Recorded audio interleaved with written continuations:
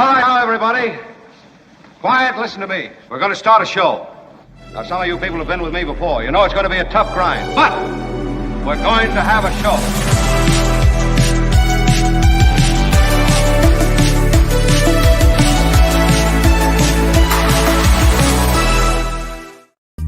And what up, all? It is our big show for Friday.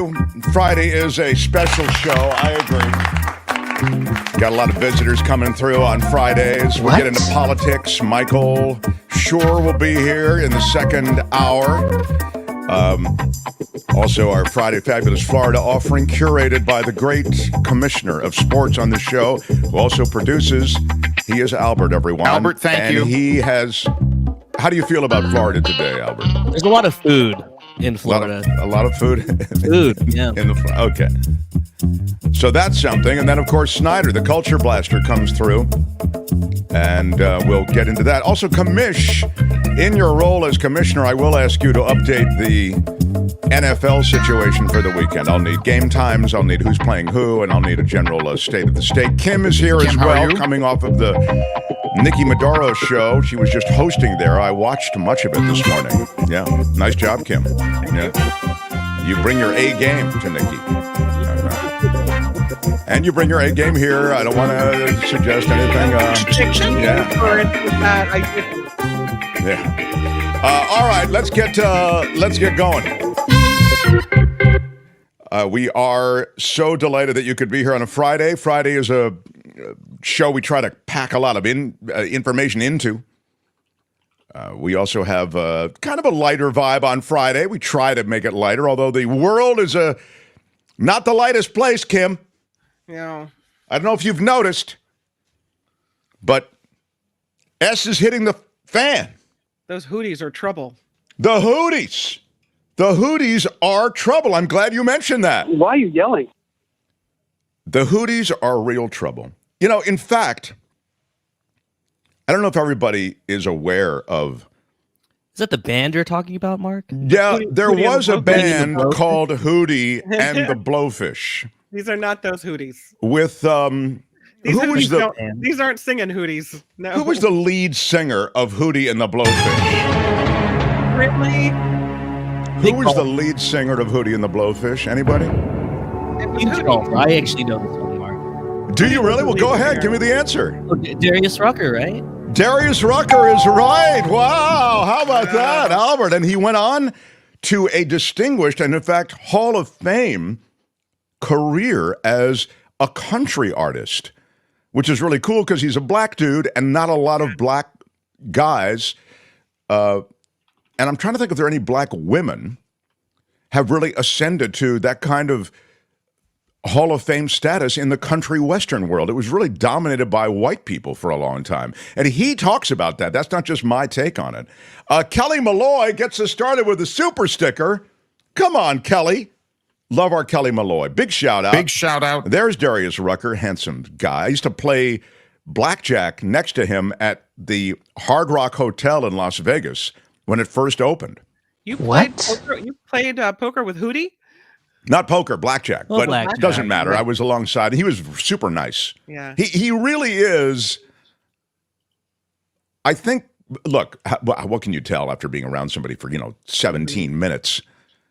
But he just seems as though there's an aspect to him that really is cool. I mean, is not, is humble enough while being aware of, who he is. Yeah. Yeah, and I forget. I'm kind of a big deal. Maybe he was, Do you know who I am? Yes, exactly. Kind of a big deal. It's hard to realize. He might have that, picked up on that. I get to hang out with you every day, so I forget, too, how big a deal you really are. You really do forget, if I can just say that. You super forget. You are one of the most forgetful around when it comes to what a big deal I am. Yeah. Anyway, you mentioned the Houthis. I did. And they are, and you mentioned them because they are bombing major shipping routes. Mm-hmm. And when you do that, you interfere with commerce. And when you do that, you get the United States involved if you're affecting their flow of goods. And that's what's happened. And now, in an effort to beat back the Houthis, a coalition led by the U.S., is bombing parts of Yemen, northern Yemen, where the Houthis are. Do we all know who the Houthis are? And everybody's familiar with the Houthis? You never thought you'd have to be. Let's learn about the Houthis, everybody. They're a rebel movement. They took control of Yemen's capital in 2014. What a year that was for terrorism. They are formerly known as Ansar Allah, or the Partisans of God. After deposing the U.S.-allied government in Sana'a, the Houthis forced then-President Abed Rabu Mansour Hadi to flee to Saudi Arabia. Well, that elevated the group to international prominence, and it triggered a civil war. That's right, a years-long civil war. Tens of thousands of people were killed in the conflict, and it has engulfed Yemen ever since. Wow, there you go. The civil war has pitted the Iranian-aligned Houthi rebels, who maintain a stronghold in Yemen's north, against the Saudi-backed government forces supported by a coalition the U.S. is part of. So, they are named after Hussein al-Houthi. Yes! What? Yes, he's a key figure who promoted the Zaidi branch of Shiite Islam. Love it! My favorite extreme brand of Shiite Islam. Dominated Yemen for centuries.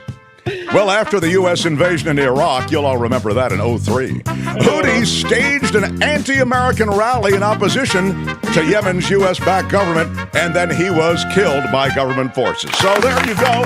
It's killing, it's humanitarian horror. It is your update.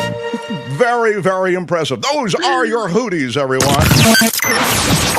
The Mark Thompson Show.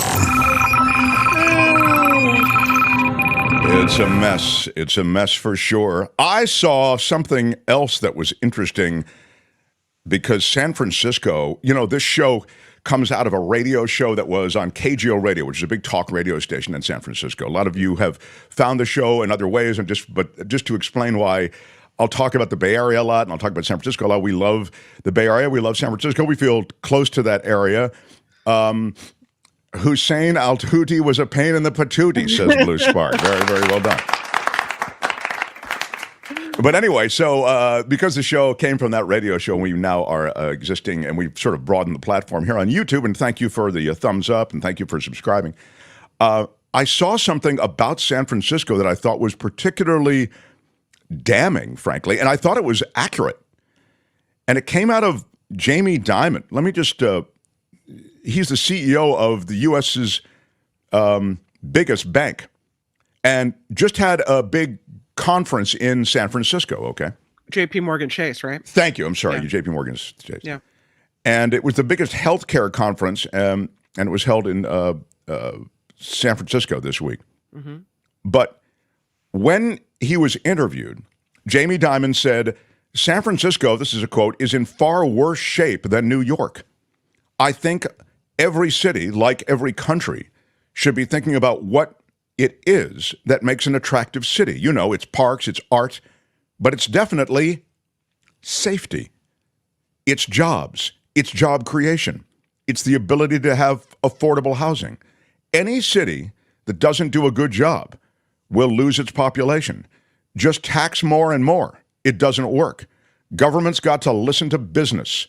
Some of these great companies here, if they can grow jobs, it's great for the city. But they need housing to bring in high-paying jobs. JPMorgan's in New York, and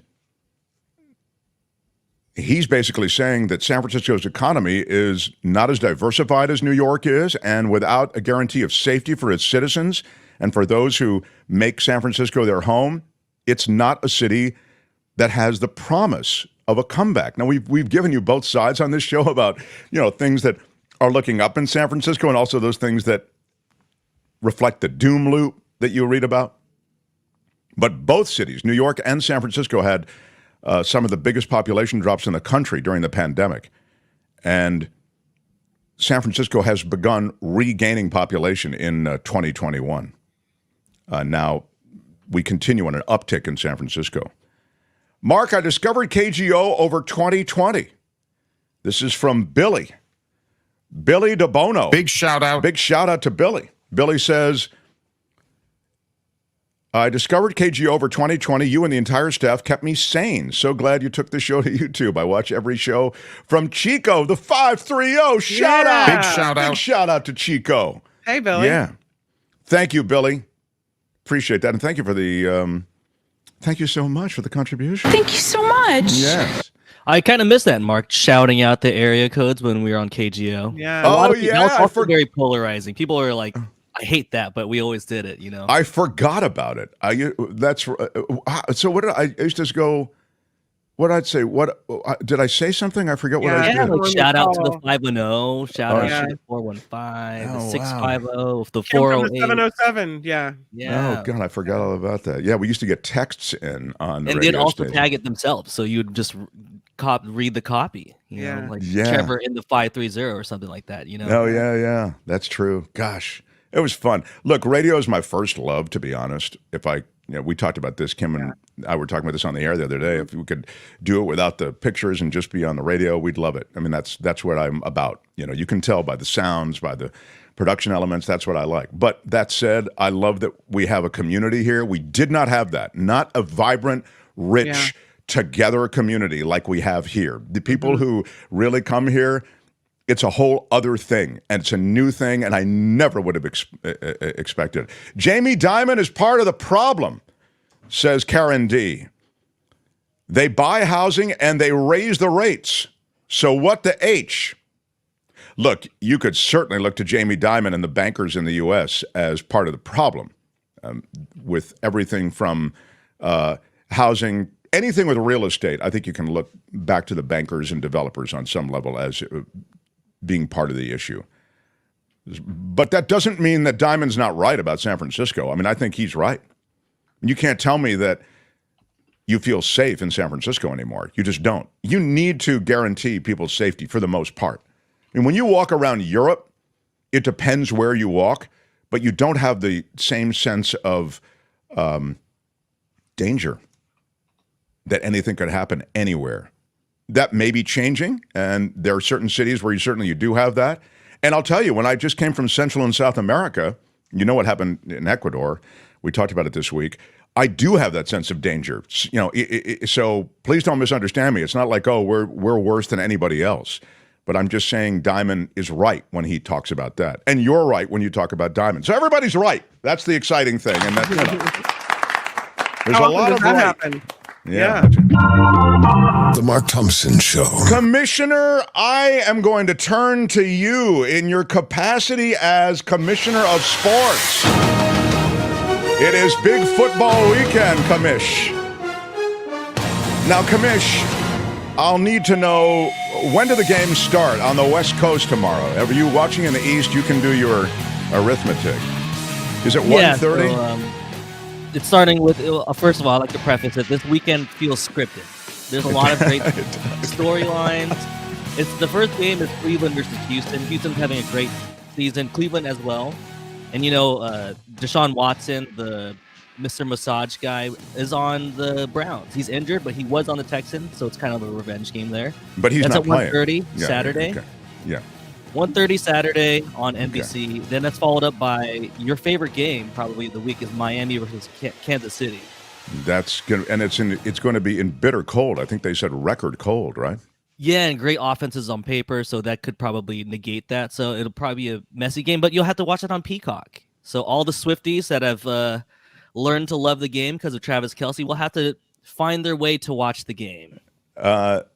The Peacock thing is interesting. They clearly want to drive traffic to Peacock, which is why they're putting the most popular, most viewed event, which is any NFL event, on Peacock. And they're not running it on NBC, right? No, so you'd have to get that streaming service, either you know, that free month I think you could get, that free month trial, or just straight up get your Peacock. So yeah. And Mr. like I said, Massage guy asked Tom. Yeah, Deshaun Watson has had a. You could do that own Google search on your own. Yeah, we're not going to discuss it, but he was involved in Flacco, a. who Google it. My Niners a couple years ago with the Ravens, is the quarterback. He's kind of like a great. And he's story. done well. He's had, that's kind of storybook. He's had a rebirth, right, Kamish? Yeah, and he was literally picked up off the streets just like in the middle of the season, and he's he reminds me of Tim Tebow. I love Tim Tebow. 3/4 of football terrible, and the last quarter he kind of gets it together just to win the game, and then everybody loves him for some reason. So yeah, I don't know. So I think Flacco. I think you can watch that game at 5:10 p.m. on Peacock.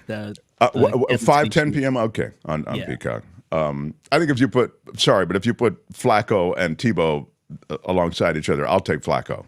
You can take Tebow.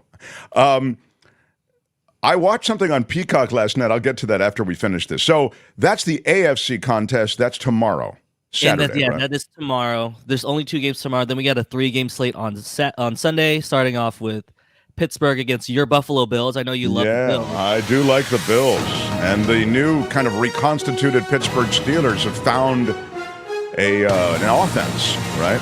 They couldn't score a touchdown for a long time. But with their backup quarterback, Mason Rudolph. But that I already saw pictures of the game. It's going to be a lot of snow that game. And you can expect all these games to be at the normal time. So that's going to be a 10 a.m. Pacific start. The next game is at 1:30, just kind of like your normal Sunday.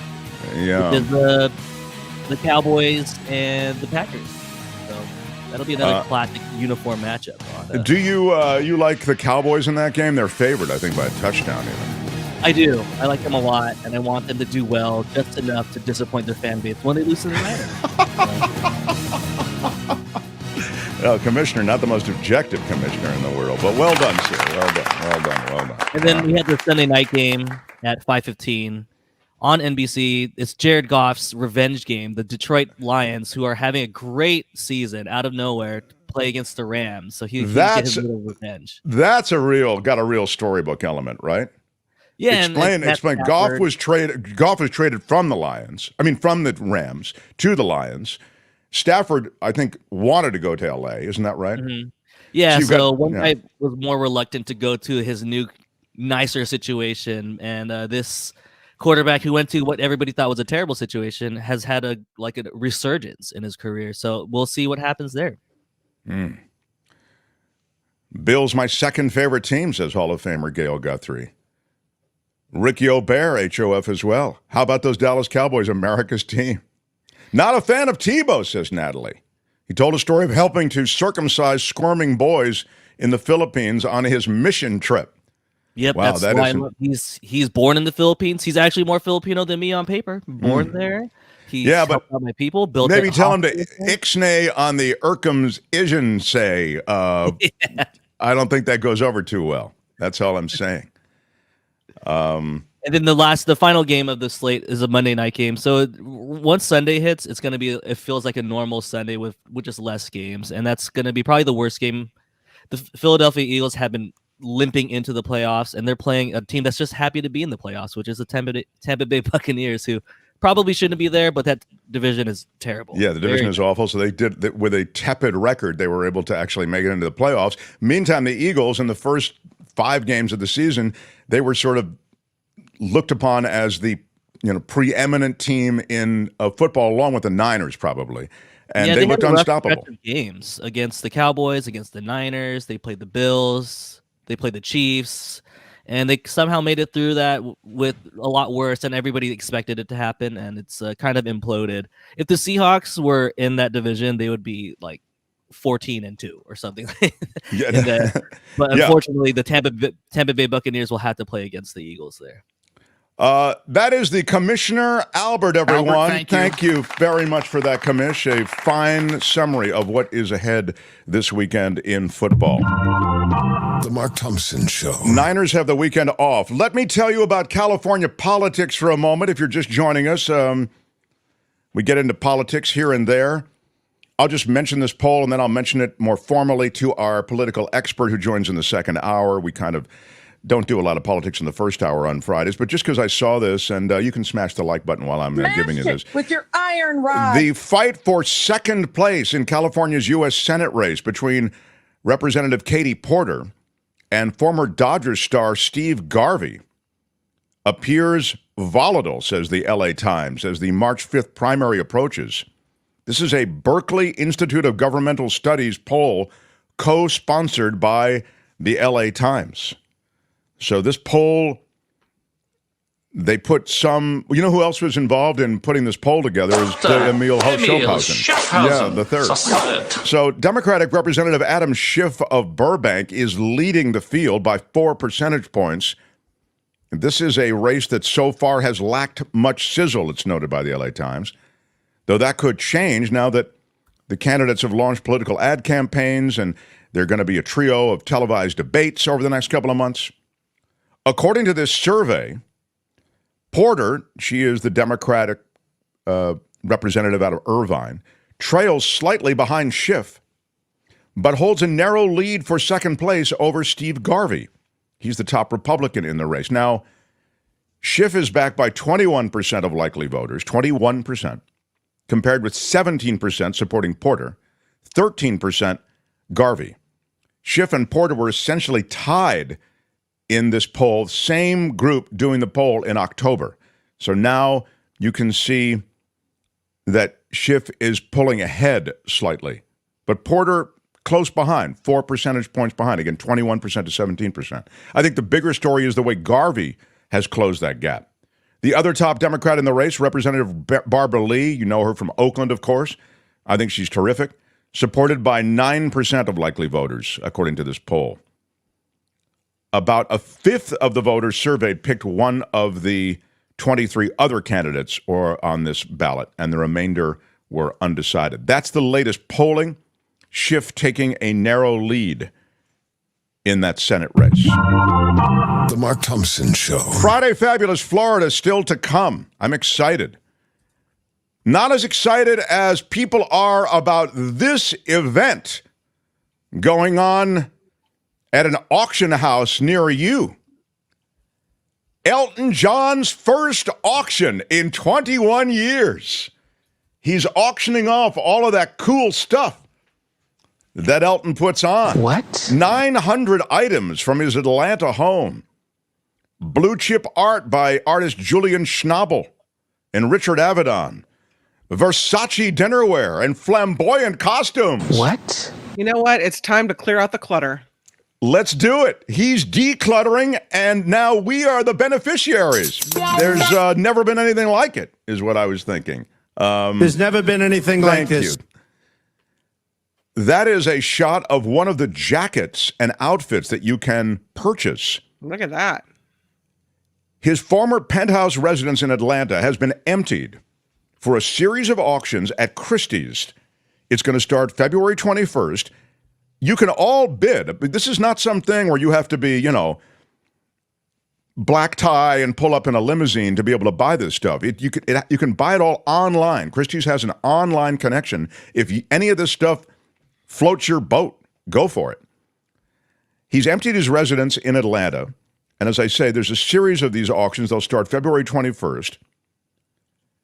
If you want the Yamaha Conservatory Grand Piano, where the Rocket Man plunked to the keys of his Broadway shows Billy Elliot and Aida, it will cost roughly triple what similar models sell for online, with an estimate of $50,000 for the piano. That's it?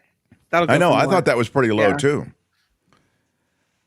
The stuff that really is expensive, I was just looking through it, is mostly the art. Like, artists have done a lot of stuff of pictures of Elton John or paintings of Elton John, and those are insanely expensive. You can see a bunch of stuff there. Yeah. That's some of the stuff. The walls got more full, said David Furnish, who is, I believe, his husband, right? Right. Yeah. Well, there it is. This is great. I'm glad you're showing some of this stuff. This will all be auctioned. Some of this, that is, the thing that's interesting to me about that is that's not unique to, this is a Medusa mask on the table service that is going to be selling. So you'll be able to buy that entire table service. This is interesting. Put up the picture again, if you would, please, Albert. How much do you think they're, oh, you can see it there. Never mind. They're only expecting $4,000 to $6,000 for that entire table service from Elton John. Now, what I would say is, I don't really like it. It's cool, but there's nothing Elton John-ish about it. Don't you want something from Elton John's collection that says Elton John, in effect? Like the boots? Like that. Thank you. They expect those boots also to go for maybe $10,000. That doesn't seem like a lot. I mean, but again, I'm guessing then that there's a lot out there. Like there are a lot of, that's the reason these are not going for so much. But they're, again, essentially clearing out the entire contents of an entire penthouse that was in Atlanta. Last year's auction of belongings from the rock vocalist Freddie Mercury brought in a total, well, this is interesting. I don't know if it's guessable, so I'm not going to ask you. Do you want to guess it or not? No, I'll just tell you. You want to guess it? Okay. Let's guess it. Oh, well, let me give you something to a reference so it's guessable. Okay. I just like you at least. I'll give you a little information. So, Elton John's collection that we're looking at, the stuff from his entire place. He paid. He sold his place. It was 13,000 square feet. Okay, in Atlanta. He sold it for $7.2 million last year. Okay, this has sunglasses. It has all the stuff we're seeing. I thought I saw, and maybe you can correct me if I'm wrong, that they're expecting. Here it is. The items are expected to bring in an estimated $10 million. So that's what they're expecting now. Okay. $10 million seems low. I thought it would get, maybe, or, we just have that kind of sticker thing where we think everything is, but all right. Anyway, $10 million is what they're looking at. Now, I want to ask you, Freddie Mercury's stuff was sold last year at Sotheby's. What did all of Freddie Mercury's stuff bring in? Freddie Mercury, all of his things together brought in how much for Sotheby's? I would think it would be more, because don't you think that if someone has passed away, their items are worth more money than someone who's still living? That makes sense. You're right. The aura around those things might be different. Yeah. I would say all of his things together, what's left, 15 million. 15 million. The 10 million is what was expected for Elton John. Let me see a couple of 11,780, says Trevor. 4.3 million, says Randy. Tom says 12 million. The guess is coming in on the chat. 15 million. If you're watching in replay, you can still guess. We will go back and look later at what you guessed. 20 million, says Nancy. Yeah, she's probably right. Freddie Mercury's collection of personal items auctioned at Sotheby's a year ago. 7 million, says Manuel. They expect that Elton John's will bring in 10 million. Freddie Mercury's stuff actually brought in $50 million. Oh, wow. That's a lot of... what? Yeah, that's a lot. But it's, I think, what Kim was saying, that his death made things even, there was a sense of, this is your last chance, I was going to go high, but I figured how much of his stuff after this many years is, left around. I don't know. There's that. Yeah. It's weird that this is something that auction houses are in the habit of doing. They get these collections, oftentimes from living celebrities, but sometimes from those who passed away. Ruth Bader Ginsburg, there was a collection of stuff that they auctioned from her collection. Her collars were auctioned, I think. And there you go. Yeah. Millions of dollars. I'd love to get a Freddie Mercury 3 sizes too small Joe Namath jersey that he wore in a couple iconic concerts.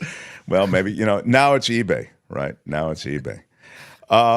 Kim's News. Smash the like button like Smash a boss. it with your iron rod. Give us a thumbs up if you can. We'll welcome in John Daly, and we'll get this Friday Fabulous Florida curated by the great Albert. We'll get it off. And Albert says there's a lot of food related stuff in Florida. That's not what you expect. Like, there's a lot of food, and it's a little wild. It's Florida, so I love it. All right, smash the like button. Kim's News, and then Florida next. Mark Thompson Show. The Mark Thompson Show.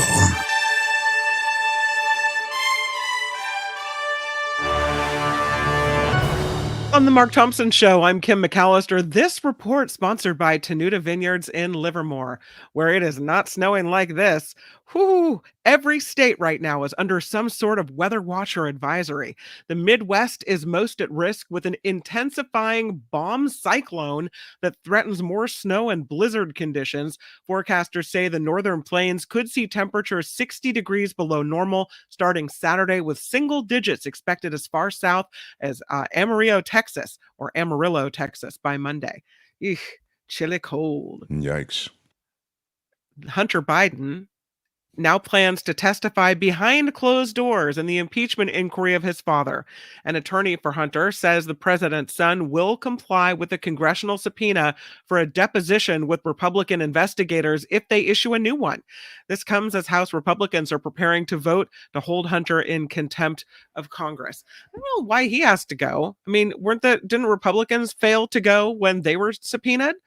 So not only that, I mean, the Republicans who are actually subpoenaing him, they're the ones, in part, like Jim Jordan, who ignored subpoenas. Who ignored the subpoena. So, I mean, it's just, there is a bizarre irony, less and less bizarre by the day, given how broken our system is. Weird. Let's talk about student debt for a minute. President Biden says federal student debt will be canceled for some who took out smaller loans.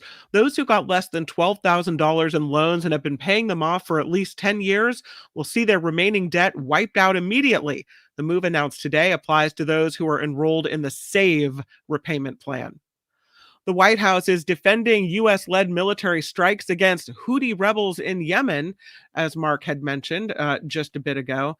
I have a picture of Houthis, just so you know what they look like. You ready for this? Okay. Here's the Houthis. They're not the fun kind of Houthis. These are the Houthis you don't want to run into. Yeah, they have lots of guns. National Security Council spokesman John Kirby said the Iranian-backed militants were targeted because of the continued attacks on commercial shipping in the Red Sea. The Houthis have vowed to retaliate against the United States. Oh, here we go.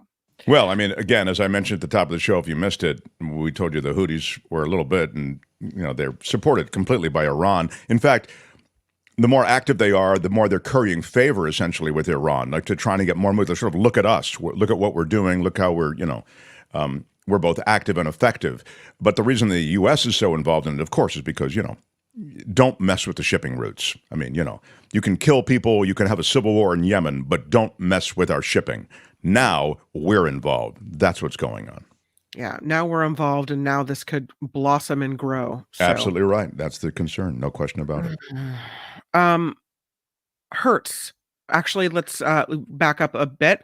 The Justice Department will seek the death penalty for the New York top supermarket mass shooter. Remember this case, where this man opened fire? The then 18-year-old man killed 10 people in what's being called a racially motivated shooting in May of 2022. Yeah, he went into a place that was frequented by African Americans, and he slaughtered a bunch of them. I'm glad they're going after this guy hard. Yes, they are. They're definitely doing that. The court filing Friday shows the DOJ says it believes a death sentence is justified in this case. The shooter was previously sentenced to life in prison without parole after pleading guilty to more than a dozen state charges last year. This is an interesting turn of events over at Hertz. I think I have the picture there. Yeah, Hertz.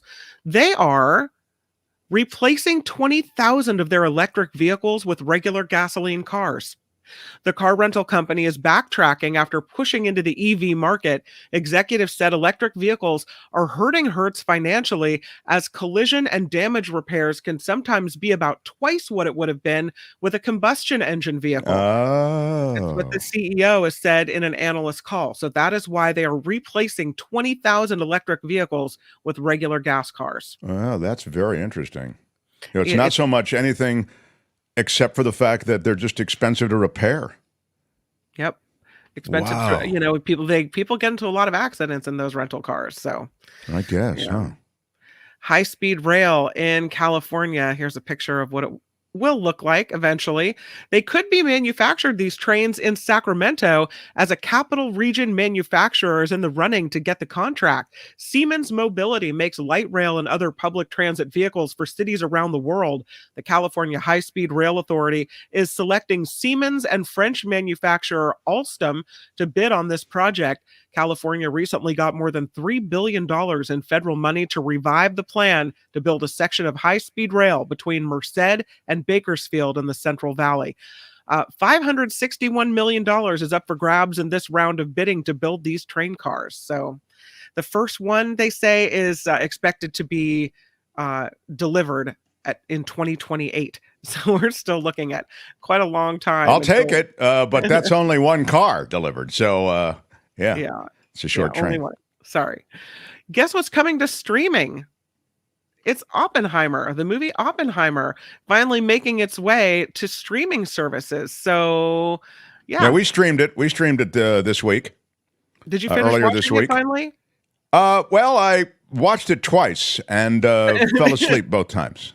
I understand the second part of the movie is better, or keeps you around perhaps more effectively than the first. I thought the movie was. I know this is not a popular position, but I can't really comment on the whole movie because, as I say, I didn't see it. Yeah. But I think there are places you could have trimmed it. I think it's very lengthy, the first hour. Well, Christopher Nolan's Oppenheimer will hit the Peacock streaming service February 16th. The atom bomb epic raked in more than $950 million at the global box office since it was released in July, and it is expected to earn multiple Oscar nominations. So if you haven't seen it, maybe you can see it by the time the Oscars roll around. This is the city of Pasadena. Who knew that it is one of the 52 places to go in 2024. This is from a New York Times list. It was great. I loved it. Okay. Not Los Angeles, not Hollywood, not Anaheim or Huntington Beach, but coming in at number 40, Pasadena, California. The New York Times points out this city is known for the Tournament of Roses parade and the Rose Bowl, and it has plenty to see. The nearby San Gabriel Mountains provide a picturesque view on a clear day. The Norton Simon Museum is a must visit. The Pasadena Playhouse, the Antique Mall, plenty of dining options. According to the Times, the number one place to go this year is the Path of Totality, which follows the total solar eclipse across America in April. I love it. Wait a minute. I don't understand. You're saying that you can start the Path of Totality in Pasadena, or you're saying those are two different things? No, two different things. Okay, all right. The number one place, they say, is the Path of Totality. The Path of Totality podcast. I'd like to do that one. Like I'm betting that would go right to number one. What a great name. The Path of Totality. Path of Totality. It seems so final. Yeah. This report is sponsored by Tenuta Vineyards in Livermore. All you have to do to get a hold of this amazing wine at a discount is say, smash it with your iron rod. Smash it with your iron rod. You call Rich out at the winery at 925-699-4576. You say, smash it with your iron rod. You order your wine, you get your 10% off, and you are on your merry way to lovely wine for your Friday night. So there you go. I got hammered on it last night, everybody. I'll tell you what. You did. You passed out. I passed out. Kim was sending me stuff, and I was around. I was awake till whatever. Yeah. But then after whatever, I was bet my lunch that there's alcohol involved. Sadly, there was. But yes, Tenuta Vineyards in Livermore. Thank you for sponsoring the show, and thank you for supporting our sponsor of The Mark Thompson Show. I'm Kim McAllister. This is The Mark Thompson Show. They had to close down an entire radio station to silence him. And now, he's here. Ladies and gentlemen, Mark Thompson. Feel it in your soul. The Mark Thompson Show. Who's Mark Thompson? Hey, which one of you is Mark Thompson?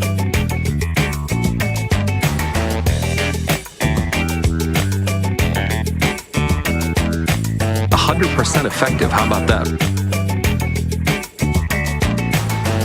There is no defense for my conduct.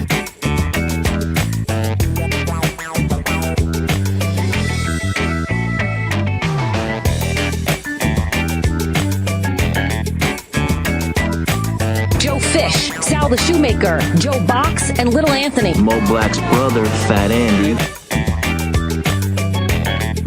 Smash it with your iron rod. Seriously, what the? What up, everybody? It is so cool that you join us. I am Mark, that's Kim, and we welcome in, a guy who is, he made it over the wall. What can I tell you? He got out of radio broadcasting, and now he just, once in a while, he'll come through on Fridays for Friday Fabulous Florida. John Daly, Fabulous producer John Daly. John Daly. How are you? I wouldn't say that I got out of radio. I would say I got flushed out of radio. No, I don't know. I think that you, well, it's true. I guess they folded up the radio station on us. I guess I was thinking of the fact that you got legit work after making the transition with us. And then sucker! Yeah. I'm glad I kept my one share of Cumulus Broadcasting because it's worth 50% now. Well, Odyssey, which is the other big broadcasting company, they declared bankruptcy this week, which is smart on their part because that will allow them to avoid paying a lot of their, And hopefully, Pat Thurston will be, a little safer. Well, that's what I'm thinking. I'm thinking of Pat. I'm thinking of Nikki. I'm thinking of Brett Burkhardt. These are all people whose checks will now clear because the company is able to declare bankruptcy so they can pay their staff and not have to pay creditors. CEO was like, I thought we just had to change our name. Like iHeart. No? Yeah, iHeart did the same thing. I'm really What the hell is going on in the United States of America? My upcoming vacation to Pasadena. Really excited. Yeah. Hey, Pasadena is a pretty great place. There's a really nice Whole Foods. I've actually been to it. It's off Arroyo. I don't know if I'd go for the Whole Foods. Well, but everybody's got their thing. Stay for the pie. It seemed clickbaity. I think it worked because we talked about it. Yeah, you're right. It was a nice ditty, but I don't know if it's New York Times worthy. Yeah, it's. But look at us. It is weird that. No. All right, well, you don't have to Albert go. prefers the path of totality. Yeah. And lastly, I want to say I'm glad that the U.S. government's finally doing something about Darius Rucker. That was one of my first CDs. Hootie and the Blowfish? Yeah. Do you know which one was their number one? Hang on a second. The album was Shattered something, Shattered Glass, Close. or Shattered Dreams, Shattered... Oh, so close. Shattered something, though, right? Cracked. Oh, Cracked View. Like a view. Cracked. Oh, wow, you got it. Is that right? Wow, Cracked View. July Thank you, 1994. All right. I'll Hold take my hand, only want to be with you. I'll take You get nothing. I know, How but many I get some albums did satisfaction. they sell, Mark? Oh, I have no idea. Wow, you're a Houthi aficionado. I love that you know. What was the answer? 10 million. 10. I was going to guess 10 million. Guessed it, and I could have been a superstar if I'd guessed that. Good Houthi knowledge. The Houthis you were talking about, of course, are the Yemeni Houthis. They come out of Yemen. All right, we have assembled our quorum, and now quorum would be a ding word. And now, without any further delay, please, Friday Fabulous Florida. It's time for Friday Fabulous Florida. There is a gigantic alligator in my kitchen. A look at the weirdest stories from our weirdest state. Remember, you must pick a favorite. You can indicate what your favorite is. Albert will put in the live chat a few choices for you. But you can go off those choices. You don't have to. Is that kind of like leading the witness?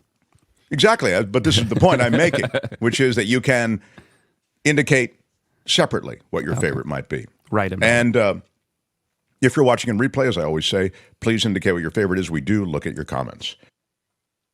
My favorite, I think, may be the first story. Uh-oh. It involves drugs. Oh. And an arrest and hiding those drugs. Okay. A Florida man stashed fentanyl in a patrol car. It's clever, right? Like that's a wild idea. It's a wild idea, but it just might work. But you wouldn't think to look there. And you wouldn't necessarily think to look in the other place that he hid the rest of the fentanyl, which was his anus, everybody. Thank you very much. If you guessed anus, you get points. The sheriff's office announcing the sentencing of 33-year-old Robert Seth Whitaker. He looks like a good guy. Look how happy he looks. And look at all of that fentanyl that he had to cram in 2 places. I hope most of it went into the patrol car. Looks like hot candy. doesn't it? It I does. think that's a bag. Yeah. The bag, but still, it's a lot of it's a bag within a bag. So he stuffed a bunch of this in the patrol car, and then once at the jail, the cavity search was conducted, and a chunk of purple powder fell out of his rectum. Oh, there's never been anything like this. The powder was confirmed to be fentanyl. Rectum damn near killed him. I was hoping that no one would say that, but of course, John couldn't resist, couldn't lay off. Fabulous producer John Daly. It's the coffee. In the car dash cam footage confirmed by other observers, while handcuffed in the rear of the car, please don't use rear in relation to this story, Whitaker reached into the area of his buttocks, removed plastic bags, and then stuffed them in the area where the seatbelt goes, into the plastic molding of the seat. Ew. Somebody needs to sanitize the back of the patrol car. The patrol car was immediately secured, searched, found to contain approximately 32 grams of fentanyl under the rear seat once the seat had been removed. But apparently there was still fentanyl in his body after even putting a bunch of fentanyl in the squad car. My bad. I'm sorry. That could kill him immediately. Oh my gosh, yes, yeah. But it looks like it didn't. He looks very happy. You don't want to do a booty bump of fentanyl. It's a sad case, but he looks does proud. Look okay. He looks proud of what he's done. I think he looks like an off-duty model. I gotta say he's a handsome dude. The guy's a handsome guy. I completely agree. Yeah. A single mother's future is in jeopardy after a thief steals her driveway. What? How do you steal a driveway? What? Yeah. Park on it? I come home and my driveway is gone, she said. The trouble began when she listed her house in early December. Apparently, there was work going on. Isn't that what happened, Albert? There was some construction work? Yeah, the house was listed for sale, and there's some construction work, and she came back from work, and her literal driveway was gone. Yeah. She replaced the roof. She made minor touch-ups because she was trying to sell the home, you see, guys. Okay. And but she didn't say, take away my driveway. The listing agent priced it to sell, bragged about the lack of an HOA and fenced-in backyard. Then her son told her that people came by the house to measure the driveway, counting 5 different contractors who came by to measure that driveway in the span of a few days. She asked one of them, who said that he was Andre, and asked about a driveway replacement quote. The contractor said that Andre claimed to be the landlord and gave the woman Andre's phone number. As it turns out, Andre got a quote to replace the driveway and agreed to the price. Andre said he couldn't meet the contractor to drop off the deposit. And when the contractor asked for full payment and proof of ownership before starting the job, Andre cut off the communication. So Andre, it looks like, had some role in all of this. Right, Albert? They said it was just to hear. Yeah, this is just a very unfortunate event. It's a convoluted story. Essentially, what you end up with is a woman trying to sell a house, and that's what the driveway looks like now. They jackhammered it out, and I was in utter shock, utter disbelief, said the real estate agent. I've never seen anything like this. There's never been anything like this. Yes. Did we establish who Andre really is? He's not the landlord because she owns No. it, right? So Andre, for those who really are following, let me just tell you who Andre is. There's a man by the name of Andre who reached out to a contractor about a driveway replacement quote. The contractor said that Andre claimed to be the landlord, and that's who Andre has played along the way here. But the text messages supplied by the contractor do show that Andre got a quote to replace the driveway and agreed to the price. But Andre said He couldn't meet the contractor to drop off the deposit, and then the contractor tried to swim away from the job. This is way more time we're spending on this one story than we ever have in Florida. It's fascinating. But what I wonder about is, was she renting the house, or it looks to me like she must be the renter then. I don't know. It doesn't have a lot of curb appeal, that property. Well, now or it's got even less. Appeal. Yeah, the driveway situation is. This might be a spinoff grim. of Friday Fabulous Florida, a deep dive investigative thing. And now the food that Albert was describing as a big part of Florida. An upset Florida man erupts at a Subway sandwich shop. Oh. Over an uncut footlong. He throws the sandwich back at the employee. What? Oh, he threw it? No. He's been charged with battery, this guy has. He threw his Subway sandwich at an employee because it had not been cut into 2 pieces. Mm-hmm. Really, guys? That's what we're losing our S over? Yeah, angry. Alberto de Barros ordered a sandwich at a Subway in Stuart, Florida. But he was, quote, upset with the sandwich artist upon discovering that the sandwich had not been sliced in half. Are they really called sandwich artists? That's a generous I term. actually like that sandwich artist thing. That you could put on a business card. Do you think he was asking for the Mark Thompson?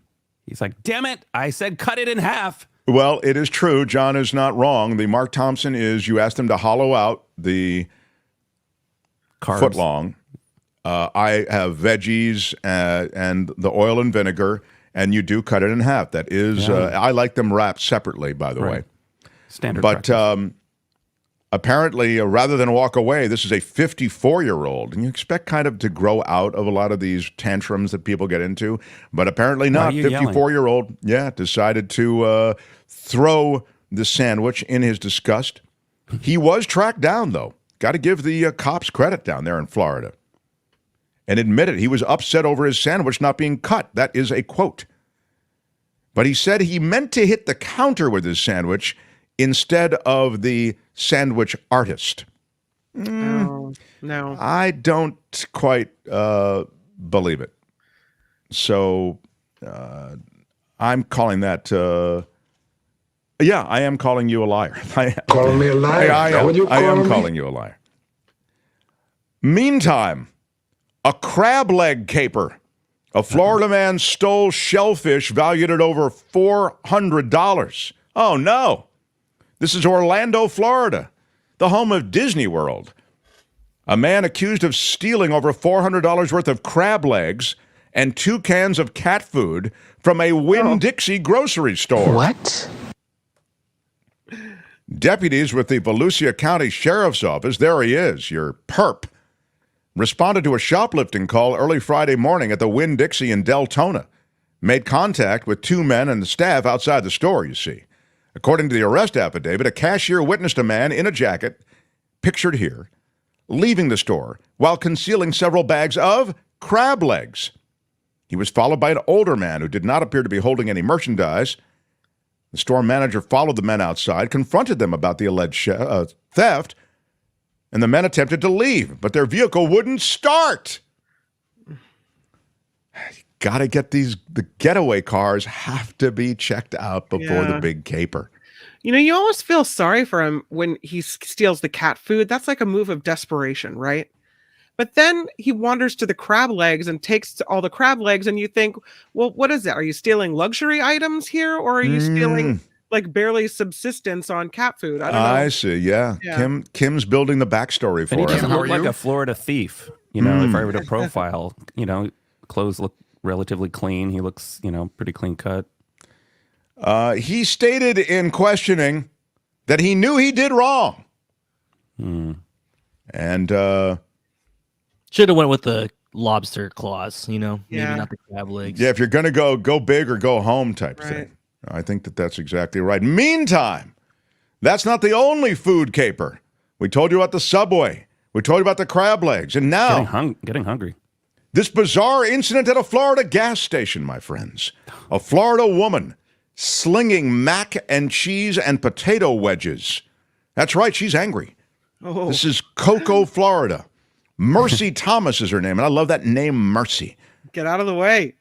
Lord have mercy. She's facing multiple charges. This happened at a convenience store in Brevard County. Police officers responding to the convenience store calling 911. It's a mobile gas station on North Cocoa Boulevard. 2 women reportedly entered the store. They threw food and damaged merchandise. This incident was captured on surveillance camera footage, and in the video, officers said one woman, who again was this Mercy Thomas, could be seen yelling at a husband and wife inside the store. They're apparently the store owners, we learned. And then she started throwing containers of mac and cheese. And then she went on to throw potato wedges. It was then that the owners tried to escort the 2 of them out of the store, both Mercy and her friend. And Thomas allegedly pushed over a counter of pickled sausages. My God. You got pickled sausages scattered across the ground along with potato wedges and mac and cheese. When the store owners tried to take a picture of the license plate of the vehicle the 2 women arrived in, Mercy Thomas snatched an iPhone Pro Max from the wife's hands and ran toward the road. Then yelled something at the wife, pointed toward the road as if the phone had been thrown in the road. While that was happening, the husband was able to write down the vehicle's license plate and then opened the vehicle door and tried to turn the vehicle off in an attempt to prevent the pair from leaving. All this over some food fights? That's right. Oh. I need backup. They came in and they trashed their place. Mm-hmm. Don't give me that liberal stuff about, it's just, you're going making some overreacting over some food. No, this is the lawlessness that exists down there, Kim. You need to crack the whip. What he's got going here is a situation. John Slade says, pickled sausages too? The potato wedges are one thing, but pickled sausages is something different. Lock her up. Cops arrived and they did lock her up. Arrested and booked into the Brevard County Jail. She's out on bond. Her mugshot's giving me like Whoopi Goldberg energy. A little bit, maybe. Yeah, she's got, Whoopi's got so many. Girl, you just. Girl, you just. Woo. Isn't that Color Purple? Dirty Dancing. What's the movie where she says that? You're in trouble. Ghost. She says that. Ghost. Thank you. Shakira's accused stalker is arrested in Florida. Tells the judge, "Hey, man, don't worry about it. She is my wife." What? No. Yeah. No. That's a great idea. What? You got to say something in court, and may as well say, "Hey, Shakira's my wife." Ooh, it's a wild idea, but it just might work. Detectives met with Shakira's security director, who gave them the 2 recordings and several social media posts. And Daniel John Valtier of El Paso was wrapped up. Yeah, I think he probably says it Valtier, but I like it Valtier. Can we lose Mercy's picture, Mercy Thomas? I don't think we need her. Thanks, Mercy, for your appearance. Yeah, for your appearance. Piercing into your soul. If she any longer, and we have to pay her. Kids adopt them when I'm married to Shakira. Kids, adopt them. When I'm married to Shakira, she wants to be American like her father and share the rest of her life with me. We will own a trucking business, sing songs, promote, manage, and own a garment manufacturing corporation worldwide. That's what he said on his Instagram page. Big dreams for that guy. Yeah, got to dream big, right? But Shakira already has a stalker, the tax agency in Spain. That's true. She is being tracked down by law enforcement for other things. Valtier, or Valtier, as I like to say, sent packages to her home. They included wine bottles, chocolates, and toys. The affidavit said that Shakira and her security team told him to stop sending gifts and posting false information about Shakira, about her marital status and details of her personal life. You've had to deal with this before. I've had a stalker, but it was pre-Instagram, so thankfully didn't have to worry about that. He showed up at her house, though, and that's when they arrested him. Yeah, that's the stuff. He showed up in a taxi, by the way, just as an odd thing. And he was approaching Shakira's gate when a detective saw him, called Miami Beach police. And by the way, as a coda to all of this, I would say, in addition to everything else that he's dealing with, the taxi driver who took him to Shakira's gate, he was never paid for a $70 fare, and he wants his money. So you have that as well. Now We must pick a favorite from the group of Florida stories, and this is difficult. I will remind you, it's like picking between children. We have to do it. It's in the bylaws of the show. A Florida man who stashed fentanyl both in the patrol car and in his rear. He got 7 years for doing it. Florida woman says her entire driveway was stolen after they listing the home for sale. A Florida man accused of stalking Shakira tells the judge she's my wife. An upset Florida man erupts at a Subway over an uncut foot-long sandwich, throws a sandwich back at the employee. A Florida man who stole shellfish valued at over $400, and, of course, the 2 cans of cat food in the big crab leg caper. And in the mac and cheese mayhem, a Florida woman and her friends slinging mac and cheese, potato wedges, and, what was it, pickled something, pickled sausage across a convenience store until cops were finally called. Hate to pick a favorite, don't want to pick a favorite, must pick a favorite. Yeah. I'll ask you, fabulous producer John Daly, kick us off. Fabulous producer kind of John like Daly. the mac and cheese, pickled sausage. It's kind of like the Houthis, like interfering in commerce, right? You need to send in forces. But I think something about the purple fentanyl. It's very Willy Wonka, but it's like a new idea. Like he was being very Willy Wonka, very strong very reference. creative. Yeah. He was being creative. So I have to give He him stole the everlasting gobstopper from the. You just have to put it right up in your. Albert, thank you. Albert, what is your favorite? Well, in the poll, that story is leading. He put the fentanyl where is leading. I do like the opportunistic of the food fight. She decided to swipe the phone at the end too. Right. He also did the pump fake to try to distract her to get away. So I liked how she was very, I don't know, she was getting creative there at the end. So you like the mac and cheese throwdown? Mac and cheese, yeah, the food fight. Kim, how about you? What do you like? What's your favorite? I'm going to go rogue, and I'm going for the Subway sandwich fella who chucked a sandwich back at the sandwich artist. Oh, yeah. Wow, this is it. We've got a Edward Lee before I is saying this is an outrage. No Croc story. Albert, you will explain that. Thank you, Edward. Big shout out for that super chat. I will mention this, and then you can tell me, Albert, if there's another reason. But I believe that during the winter time, they're kind of completely not hibernating, but essentially their version of hibernation. So I don't think you have as active. They're less active, and also more alligators. It's the off season, right? It's the off season thing. They're training. They're training. Not a lot of Crocs either in Florida. More alligators. But show me a man who stashes fentanyl in the patrol car and his anus, and I will show you my favorite in Florida. That would be my pick. That is Friday Fabulous Florida for today. This has been Friday Fabulous Florida. There is a gigantic alligator in my kitchen. Y'all come back now here. Thank you so much, fabulous producer John Daly, for joining us, as you always do. Thank you. Join us on the After Party Live following this show. We have the best lead-in. The After Party Live is coming up right after this show, so check it out. John, thank you, my friend. Bye. Have a great weekend. Bye. Love our John Daly. Very, very cool. Well, without any further delay, the clock on the wall.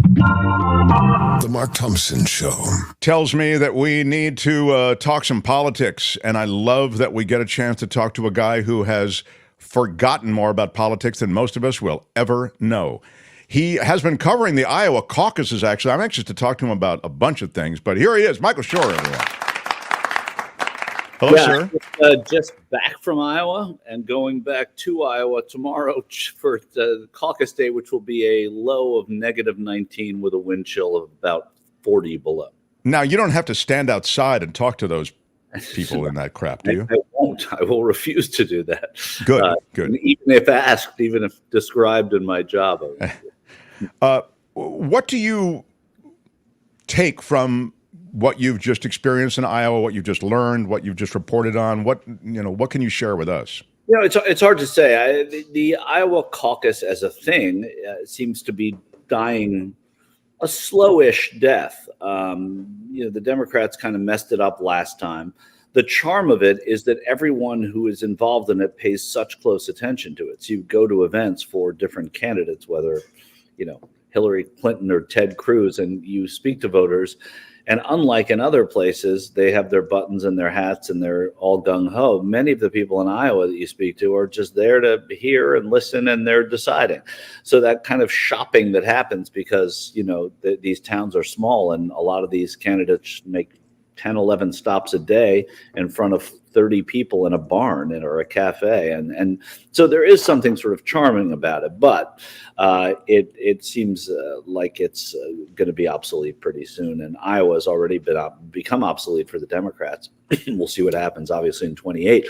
But it's a long way of saying that they're doing it this year. And it seems like Donald Trump has the caucus wrapped up anyway. I don't know about the nomination yet, but his support there is enough that he's going to win Iowa. So this question may be sort of irrelevant in some sense because it sounds like it's a foregone conclusion, but you talk about the weather. Does the weather pertain at all to how things will work out or who shows up or how can it not, to a degree, right?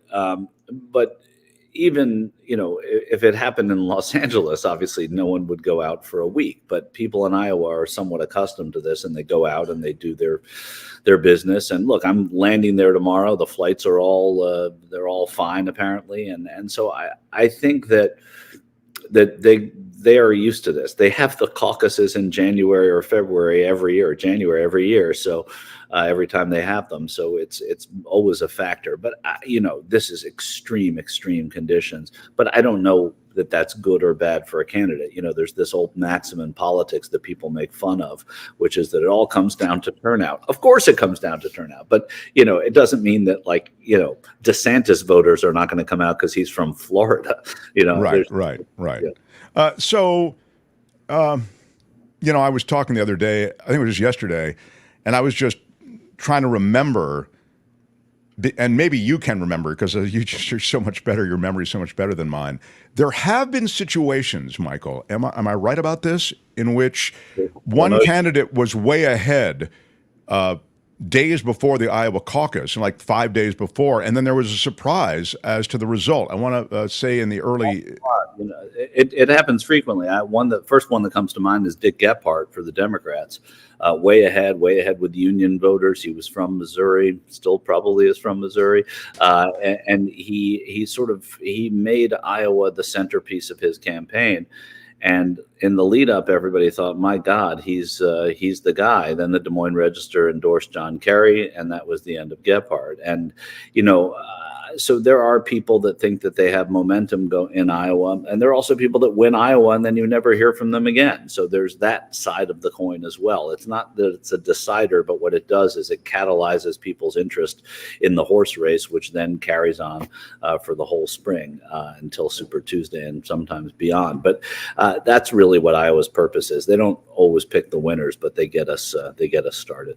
I see. Okay. Well, so in that context, handicap for me, if you will, the situation with Joe Biden. I'd mentioned this earlier in the week, the third party entries into the race. I mean, again, they have to get on the ballot. Maybe you can share with us a little quick idea of what's involved in that. Yeah, but Cornel Wests of the world, the RFK Juniors of the world. Go ahead.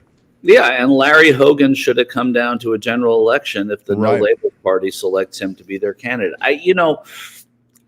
There was a guy named Jack Germond who you may remember, but he wrote for the Baltimore Evening Sun, and he was this curmudgeonly guy who he wrote one of the great campaign reporter memoirs ever, and it was called Fat Man in a Middle Seat, which was sort of describing how he would be flying all over the country and he was a large fella. And you would have liked him, Mark, because he went to the Charlestown racetrack in West Virginia almost, like 3 times a week. And he also covered politics. He was on the McLaughlin group. Oh yeah, sure. No, he was a real, and the thing that I liked about the McLaughlin group, just to continue the digression, is that he was kind of over it all. Like, that's okay. So that's why I was bringing him up right now. I was invoking him because you asked about the third parties. Will they matter? They could matter. Is there going to be a broker convention? Yeah, maybe there is, but there never has been. So why would there be this time? But you got to say, there's a little bit of over-it-allness about this. Will it matter? Will the third party matter? If Joe Biden can convince Americans that he's worth the next term, will Bobby Kennedy Jr.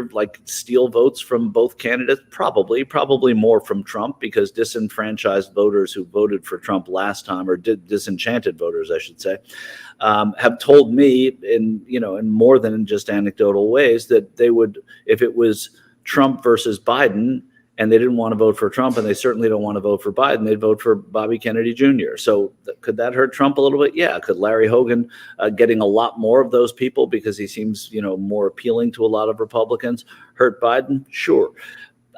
It's just, you don't know yet, because you don't know the viability of these people. You don't know if they're even running. I mean, Cornel West is running, Bobby Kennedy's running, but are they going to stay in it past the point of making a point? I don't know. Yeah, I mean, they and perhaps they influence the outcome of the election just by making some of those points you're talking about. You know what I mean? Yeah, that's true. I mean, that's the best point that you make right there, because they could, and what they're saying and what they're getting people to think about is far more important than what they're ever what they're ever going to impact in the Electoral College. But in popular votes, look, Ralph Nader, they say unelected Al Gore.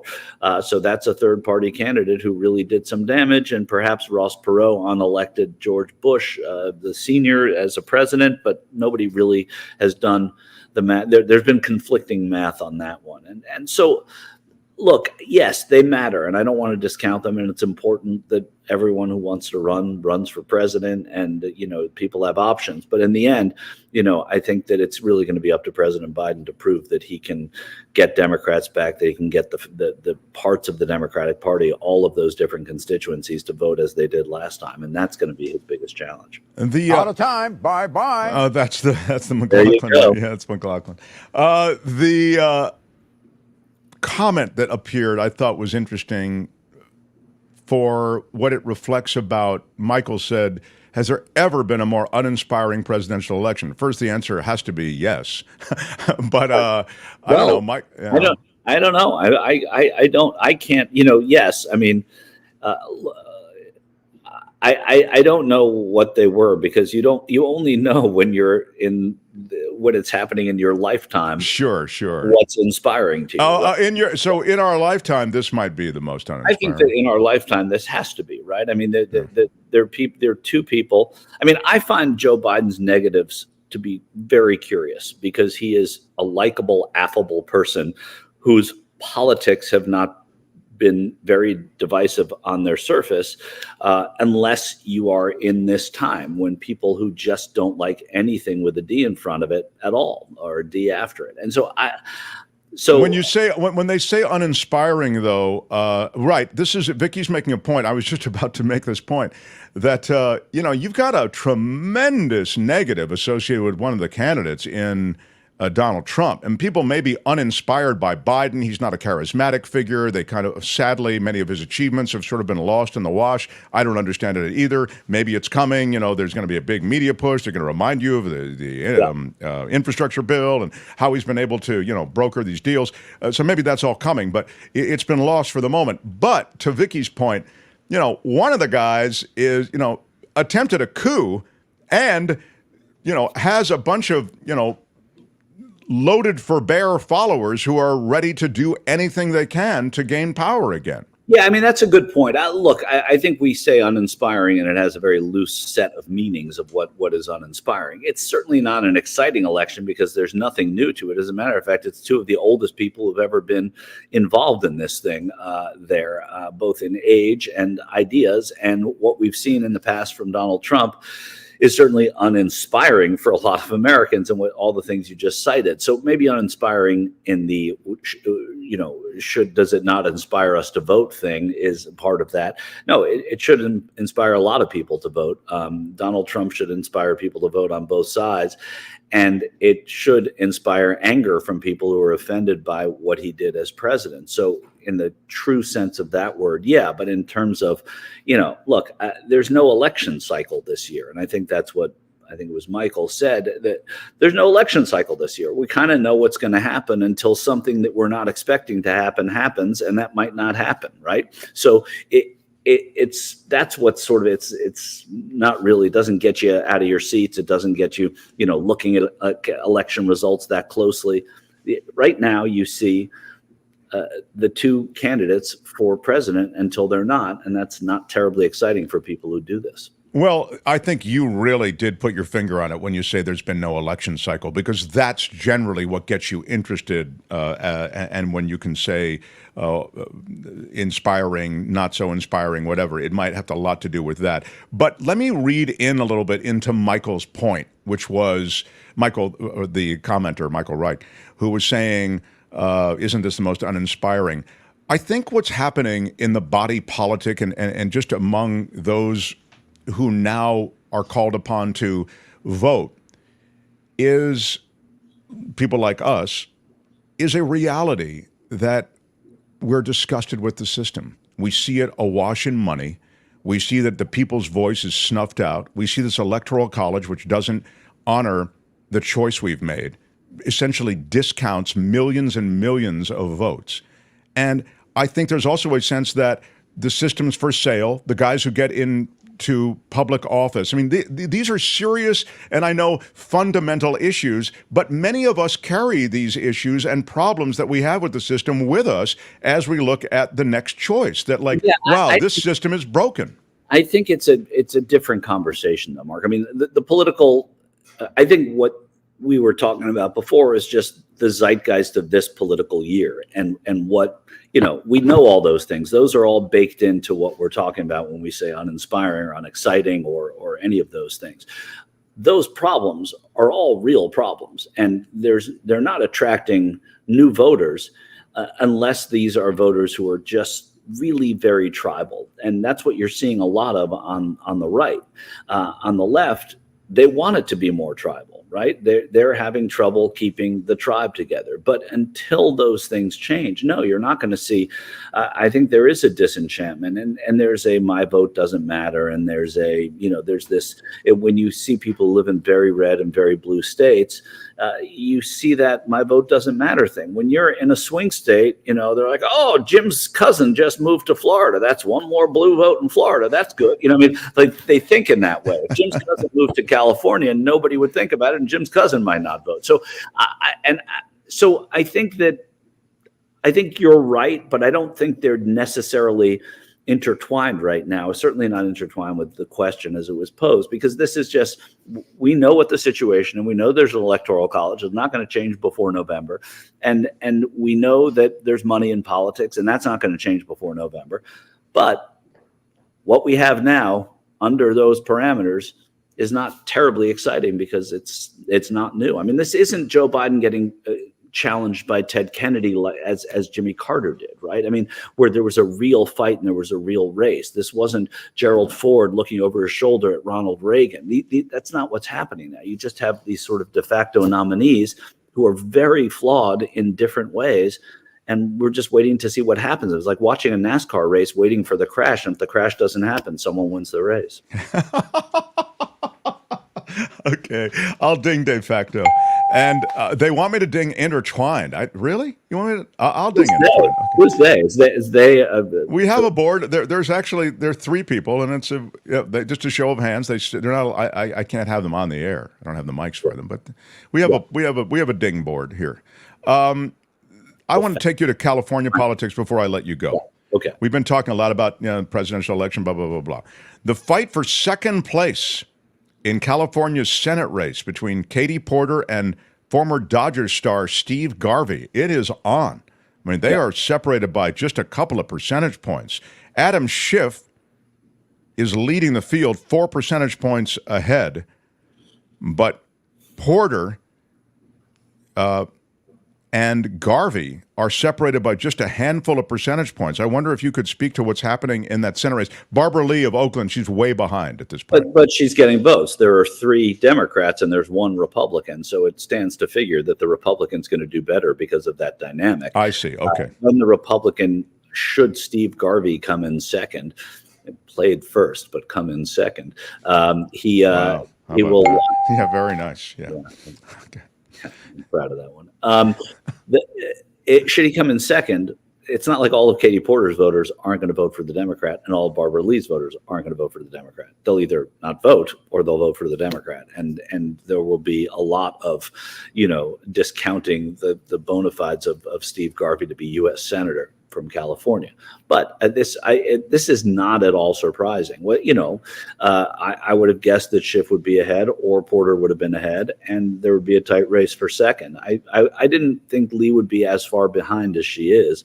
That was a little surprising to me, considering the makeup of the California Democratic Party. But I don't think this is an alarm bell. I think when it gets down to 2 candidates, California is still very just right. There's an overwhelming number of registered voters who are Democrats. You make a very, very good point. So, but it's also true that the top 2 vote getters go to the election. So yeah, it's what they call a jungle primary. It's really interesting, and it's nice to have something to talk about that's competitive as opposed to what's happening over there. But New Hampshire could be competitive on the Republican side too, right? I mean, there could be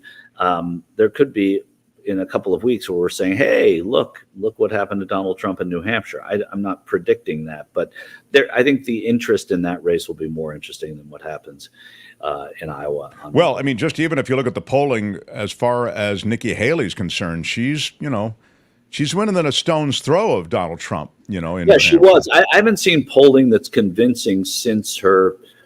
She's come under the microscope about debates and the civil slavery war thing and yeah, exactly. So remains to be seen. And New Hampshire loves to change the narrative, though, and they've done that. They've really helped a lot of candidates out in that way. So I don't know that this race has that kind of volatility. Even if Haley were to win in New Hampshire, I don't know what it changes nationally, but it certainly changes what we talk about. He's just so super solid. It's remarkable, Well, I mean, he's got hold of a certain number of people, and they also think that he, is.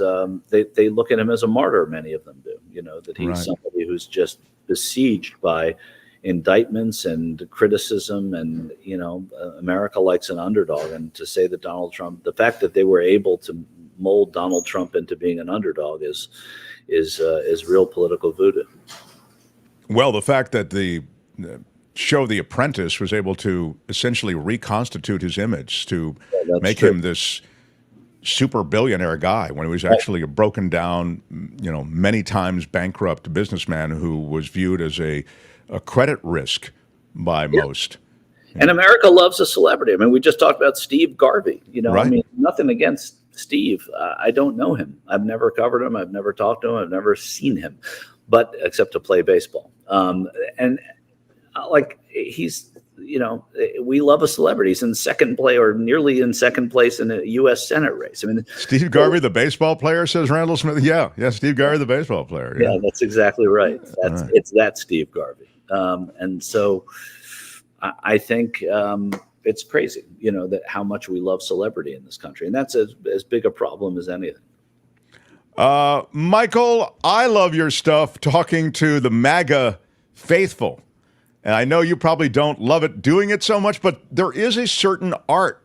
You bring an artistry to the way you don't just, you're not a human mic stand. You don't just put you hit them with a few facts, you ask them how to react, and you reach a lot of very interesting characters, I have to say. What's interesting is when I do them afterwards, I always say because all these people, not all of them, the majority of them are very nice. Sure.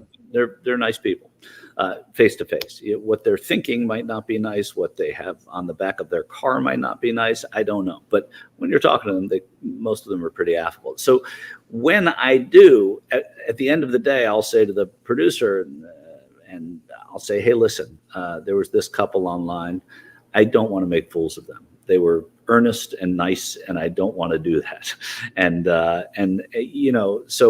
but most of these people just don't know. And even the nice people that I say I don't want to put them in because I don't want to make fools of them because they were so nice, they don't know. There's an ignorance that is astonishing. There was a man I interviewed last week in Sioux Center, Iowa, who was telling me that he thinks George Floyd was made up and the Capitol riots were staged.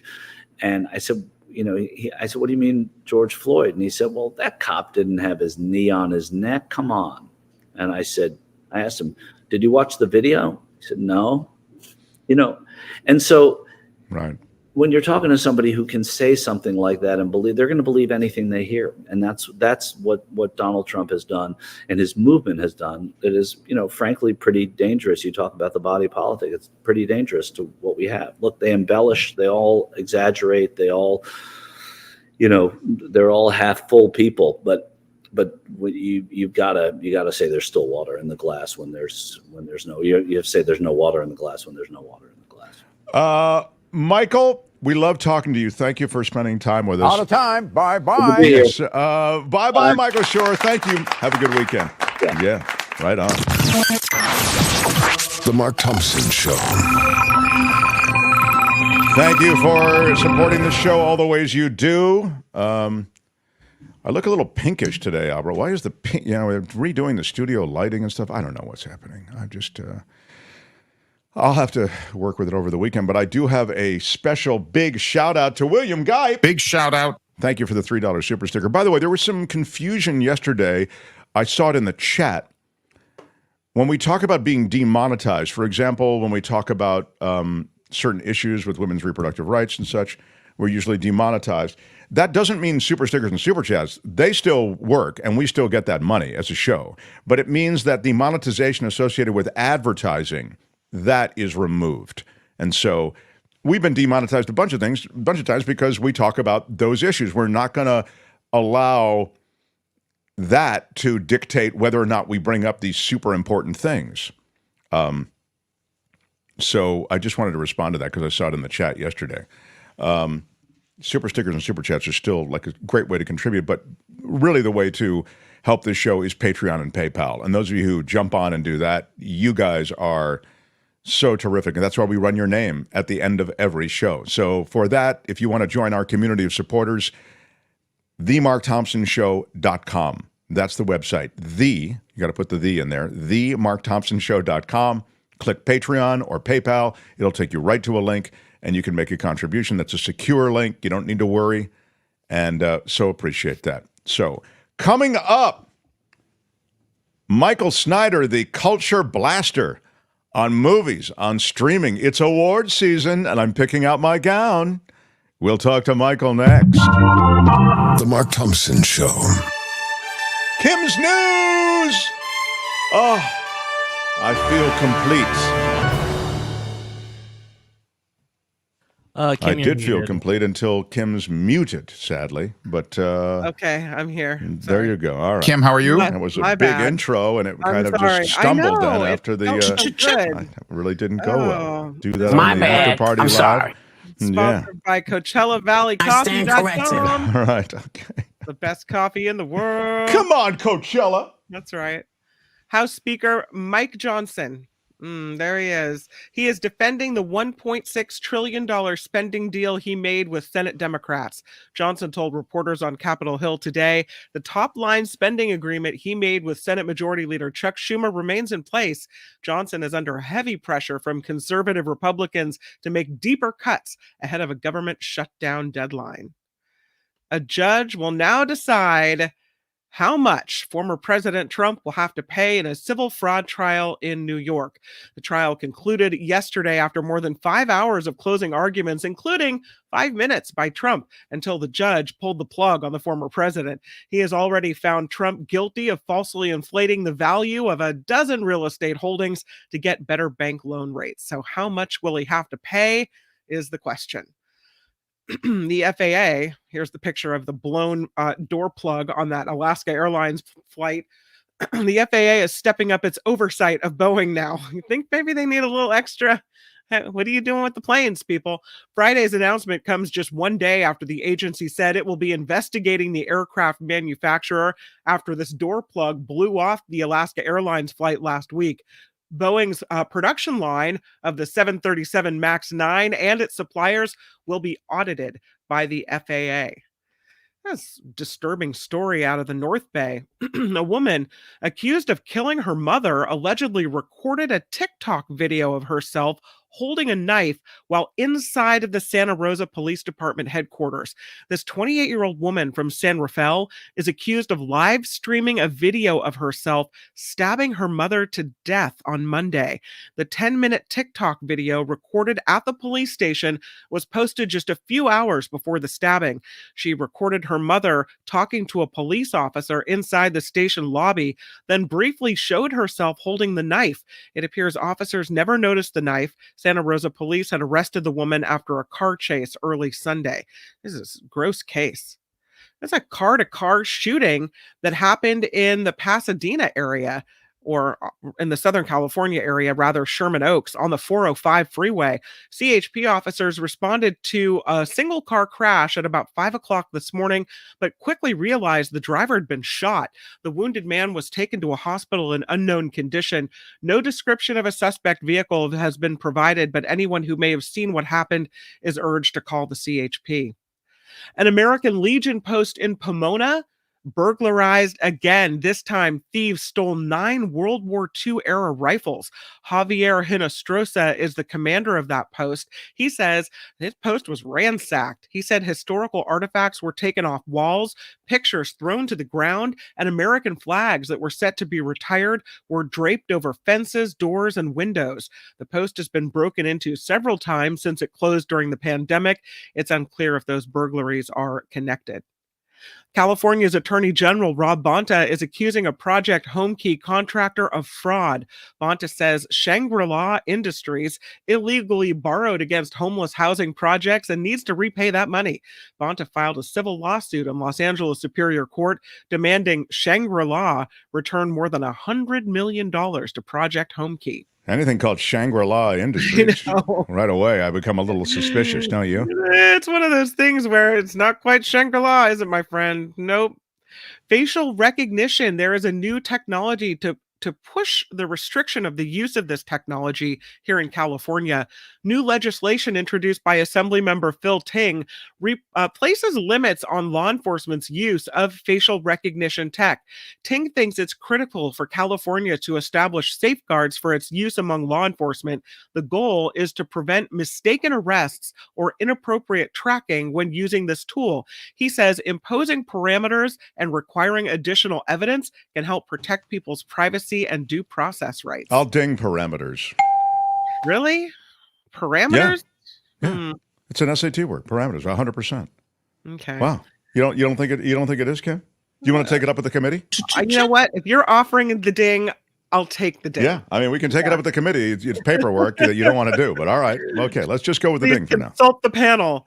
Yeah. eBay will pay $3 million to settle criminal charges after employees stalked a Boston couple who published material critical of the online retailer.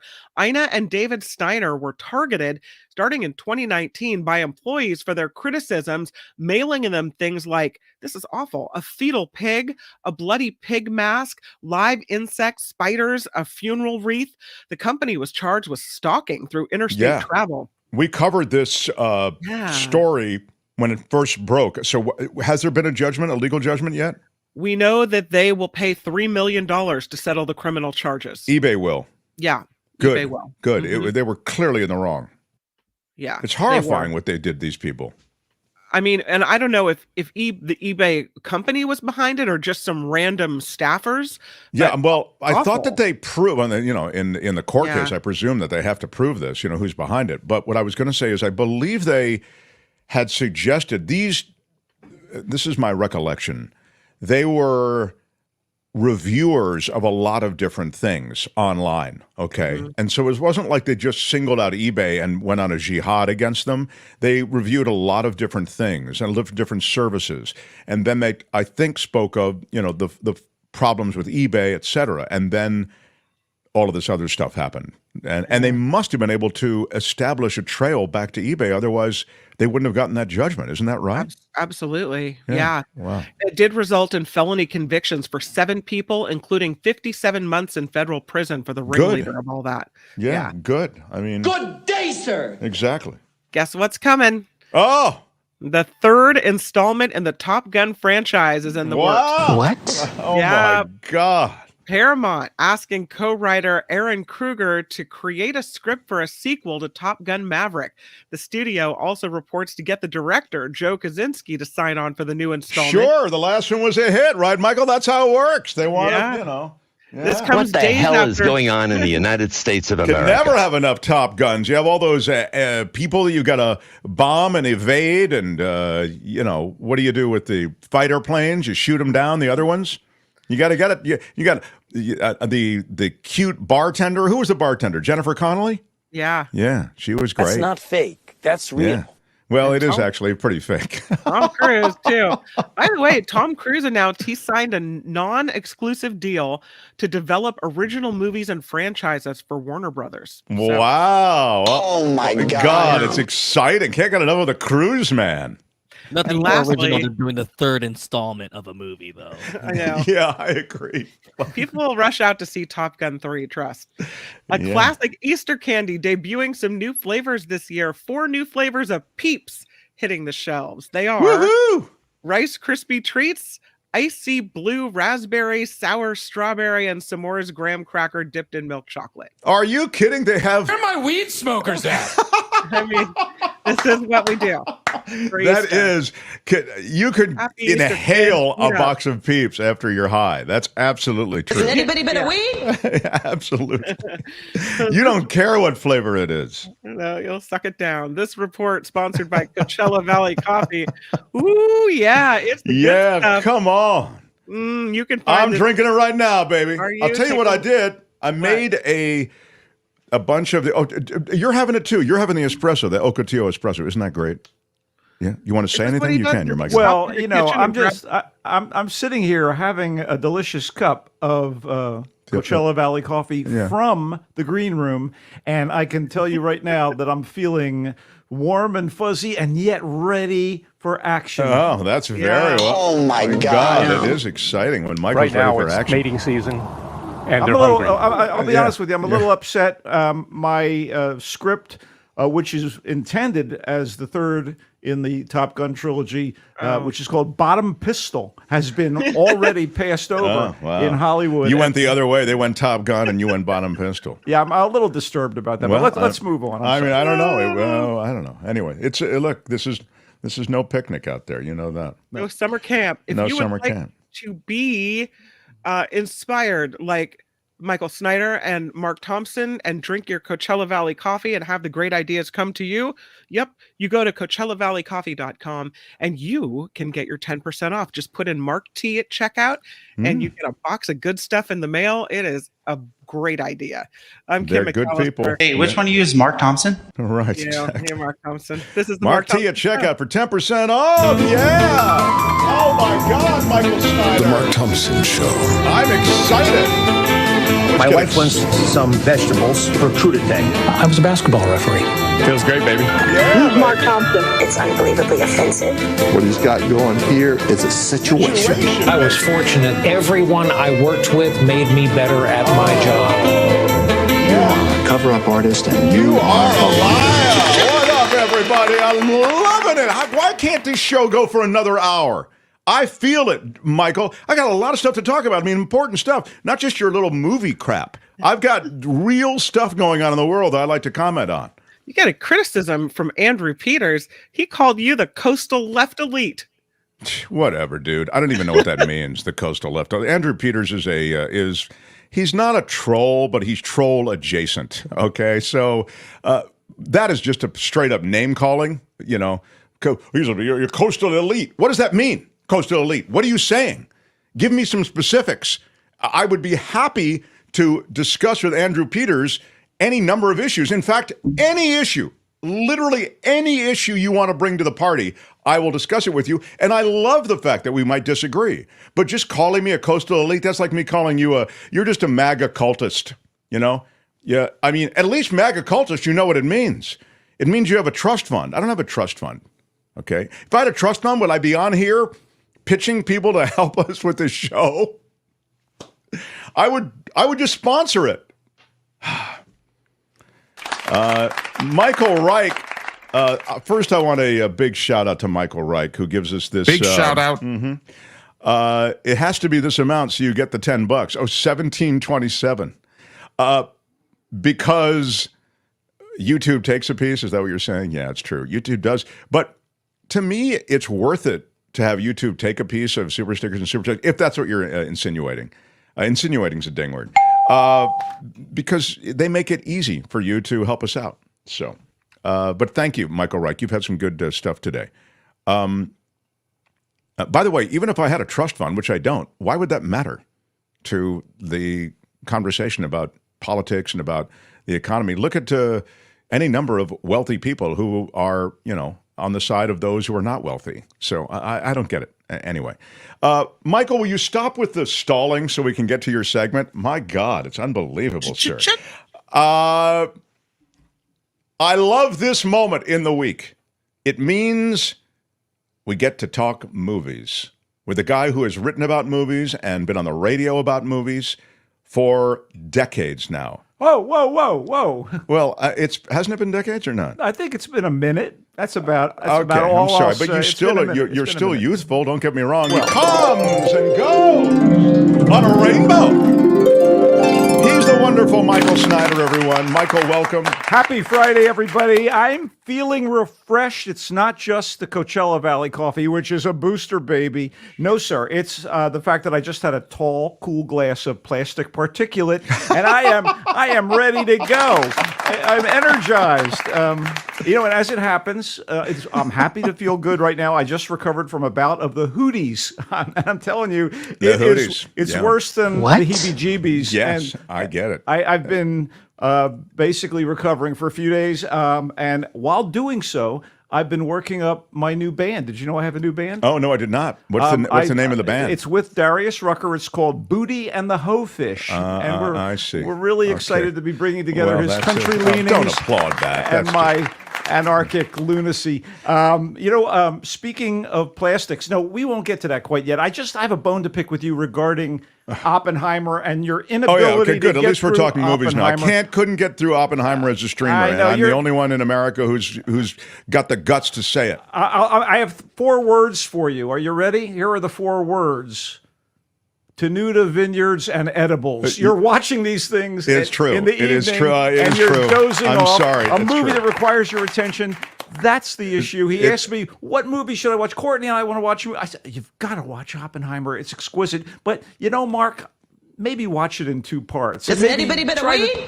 Try to do it before you're popping Mr. Gummy. It is true. I do. I work hard all day, and I just do at night.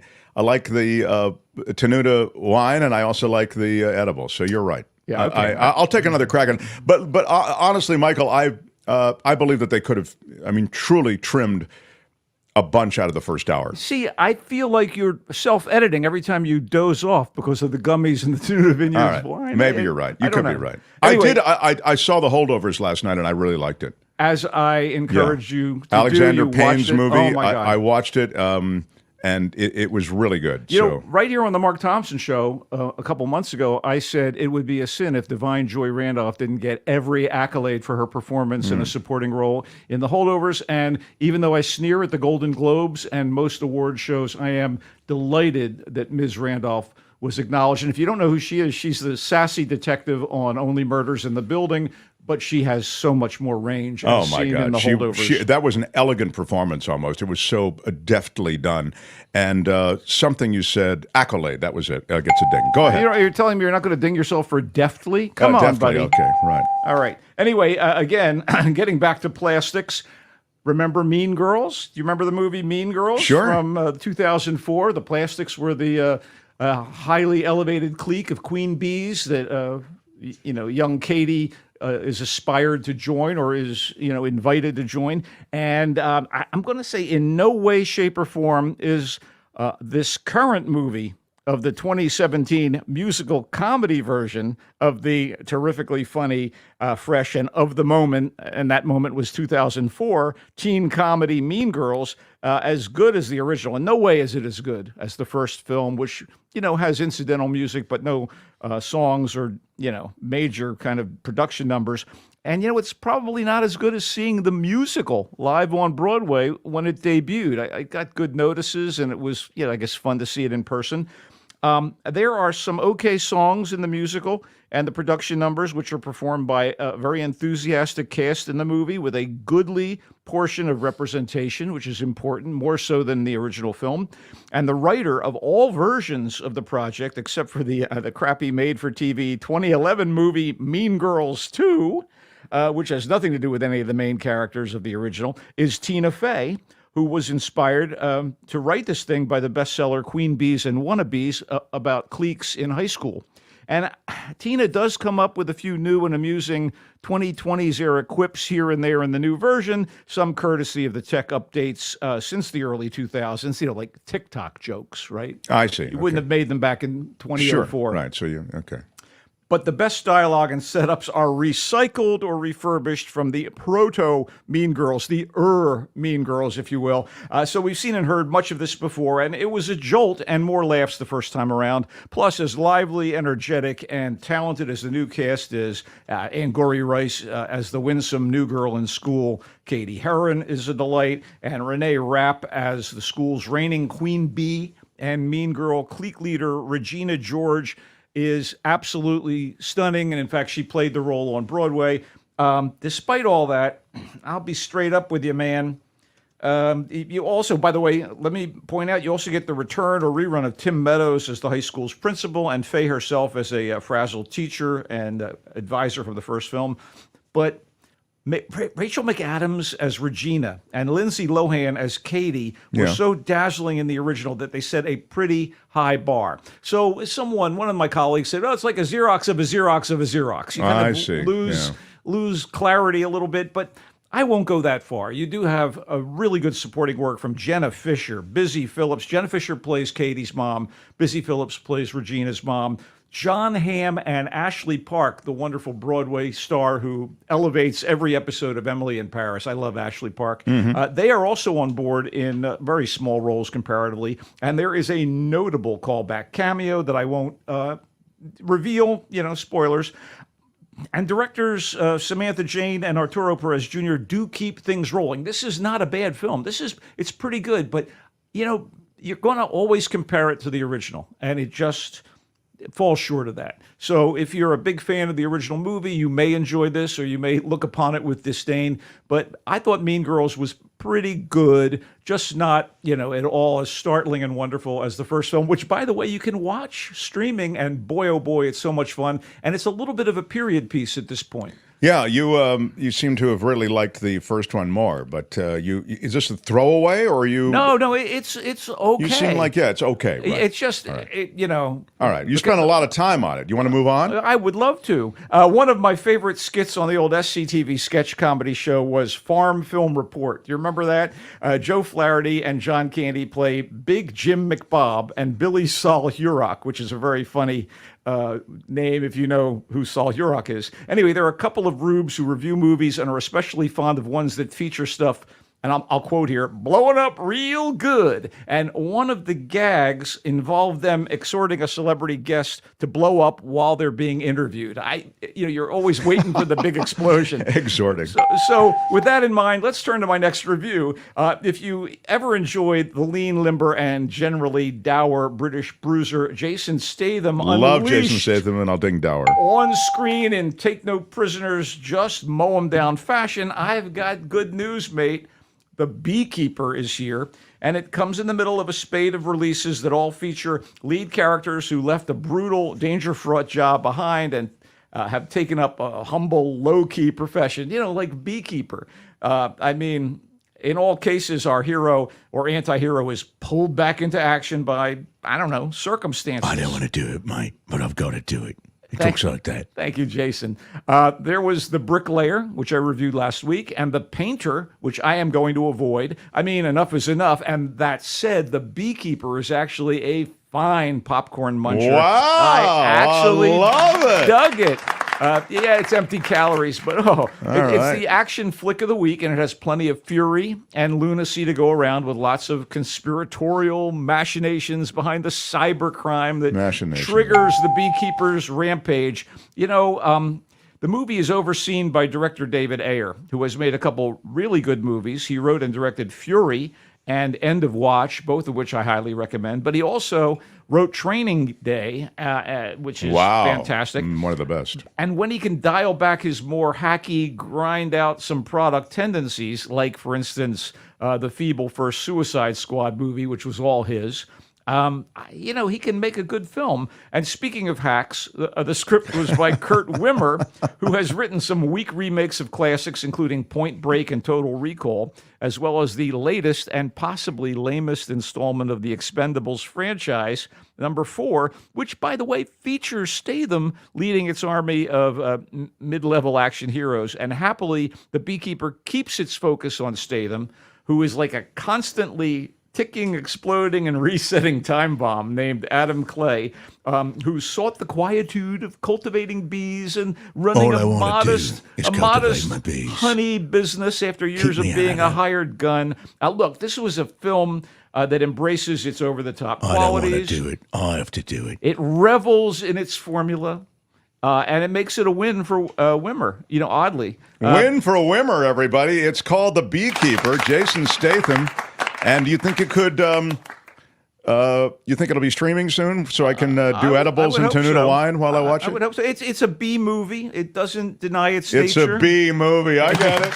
It's got I think it was unintentional. But. For you, look, it's got the kinetic violence, the bursts of hand-to-hand combat, the shoot 'em ups and blow 'em up. So maybe kinetic, but it has that dour humor that so reflects its leading man. Dour, I'll ding. Also, Tom is saying that quietude. I didn't hear you even say quietude, but is a ding word. The wiki aspects of this. This is kind of John Wick light on some level. My friend Hugh came along. He didn't have his clicker, so he didn't get the number of bodies as we got in John Wick 4. That's a callback. When they went to John Wick, the fourth one. The fourth one, literally, Michael's friend had a clicker with him, and he clicked every time somebody was killed. 127 dead bodies.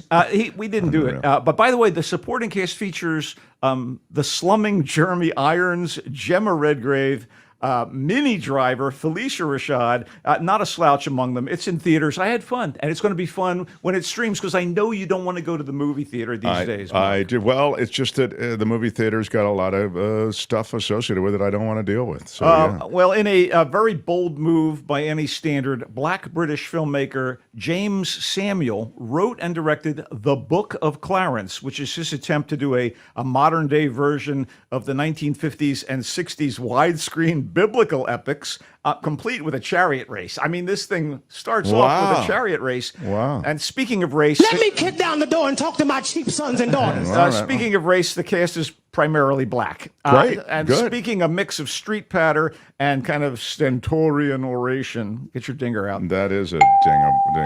While dressed in appropriate early AD garb, you know, Anno Domini for Year of Our Lord, period garb, cavorting around a desert location done up as Jerusalem.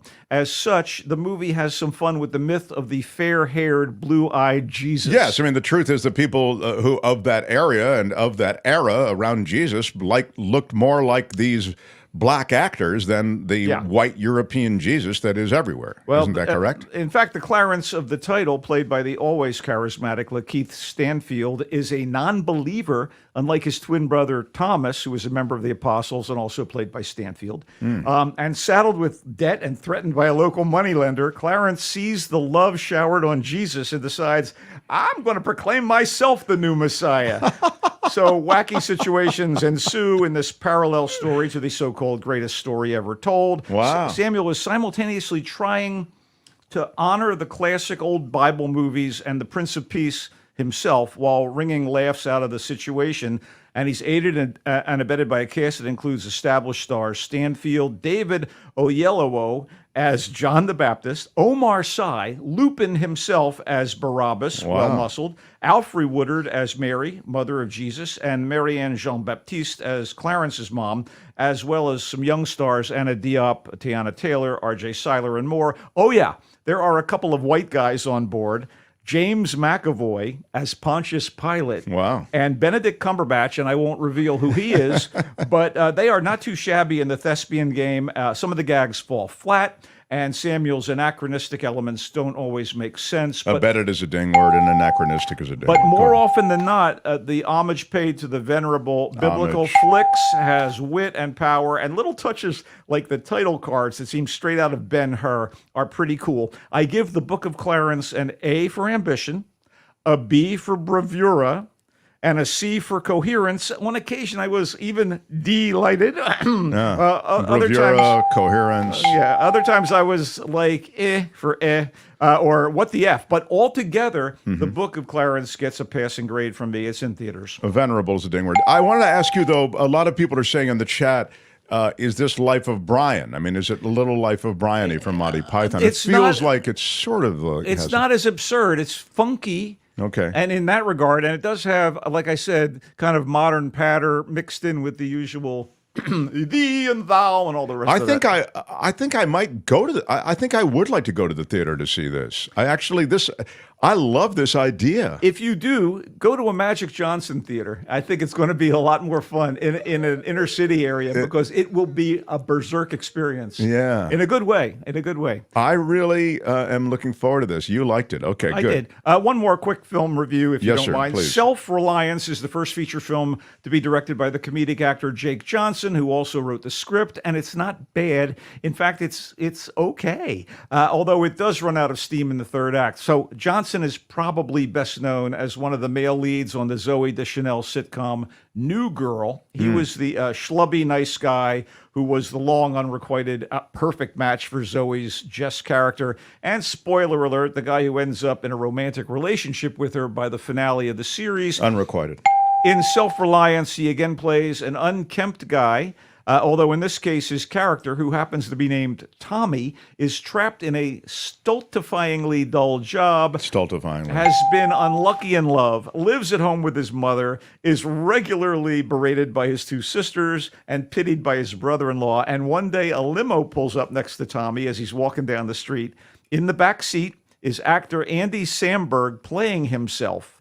And he invites Tommy inside the car and then offers Tommy I guess you'd call it the chance of a lifetime. Participate in a dark web reality TV show that features people trying to kill you for 30 days. And if you survive, you win $1 million.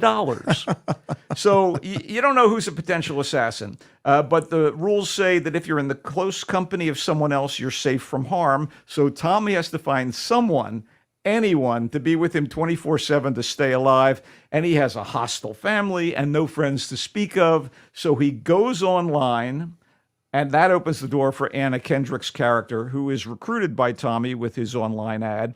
But is she friend or possible romantic interest or foe? Maybe she's one of the killers on his tail. And underlying this whole shebang is the question of whether or not the game is legit. As I said before, kind of loses its way by the end, but Self-Reliance is not what I'd call great cinema. On the other hand, the ever-likable Johnson and Kendrick have totally great chemistry, and there are some amusing moments throughout, as well as kind of implicit commentary on the vapidity and self-deprecation of reality TV. You also get Christopher Lloyd in a supporting role. Wow. It's okay. In theaters and streaming on demand via various platforms, it's called Self-Reliance. Wow. Well, we have certainly visited a lot here, Michael Snyder. You have more than distinguished yourself. Thank you. Thank you, old bean. Mean Girls was the first one that he discussed. And Mean Girls, speaking of first one, he says the first Mean Girls was better than this one, although this isn't awful. No, it's better. It's good. It's just you're comparing it to something that set a standard. So maybe check it out. Yeah. The Beekeeper with Jason Statham. He liked it. in this series of movies with names like The Beekeeper and the painter, the bricklayer. Yeah, he likes The Beekeeper. Someone recommended The Baker with Steven Seagal putting your buns in the oven or something. I don't remember what the premise was, but no. It's time to take the oven mitts off. Right, and settle a score. The Beekeeper, he likes, though he wants to remind you that it is a B movie, meaning it's just a popcorn movie. I think there's a big buzz on this film. All right. The Beekeeper, Jason Statham. The Book of Clarence, which is the reimagining of a biblical tale, the origin story, Jesus and Beyond. I think it sounds super interesting. Michael liked it, and there are a lot of really good actors who you will recognize in this movie. Yeah, it's the most adventurous of the four films. The Book of Clarence is the one I want to see, but it's not the last one. The last one he reviewed is Self-Reliance. Anna Kendrick, Jake Johnson, Andy Samberg. He likes the concept. He felt it didn't finish strongly, but he likes the first 2/3 of the film is what I got I enjoyed the ride to a point. Yeah. So I feel you've acquitted yourself quite admirably today. Thank you. Thank you. That's the best of the best, buddy. That really is good. Now, next week, do you want to give us a peek at what you might be reviewing next week? Well, it is January, which means things are pretty feeble. We may have some foreign films. Are you also going to look at this Clive Owen performance of Sam Spade? I am so excited about this. If people don't know about it's called Monsieur Spade, and it's coming out. It's a streaming series, and it features the great Clive Owen as the 60-year-old Sam Spade who has left San Francisco, and this is 20 years after the end of the Maltese Falcon, and he's moved to the south of France. But danger and mystery have followed him there. Or, I don't know, are they there waiting for him? I'm excited I'm excited to see it. Monsieur Spade, that's it. Thank you. You can see it there playing the great Detective Sam Spade.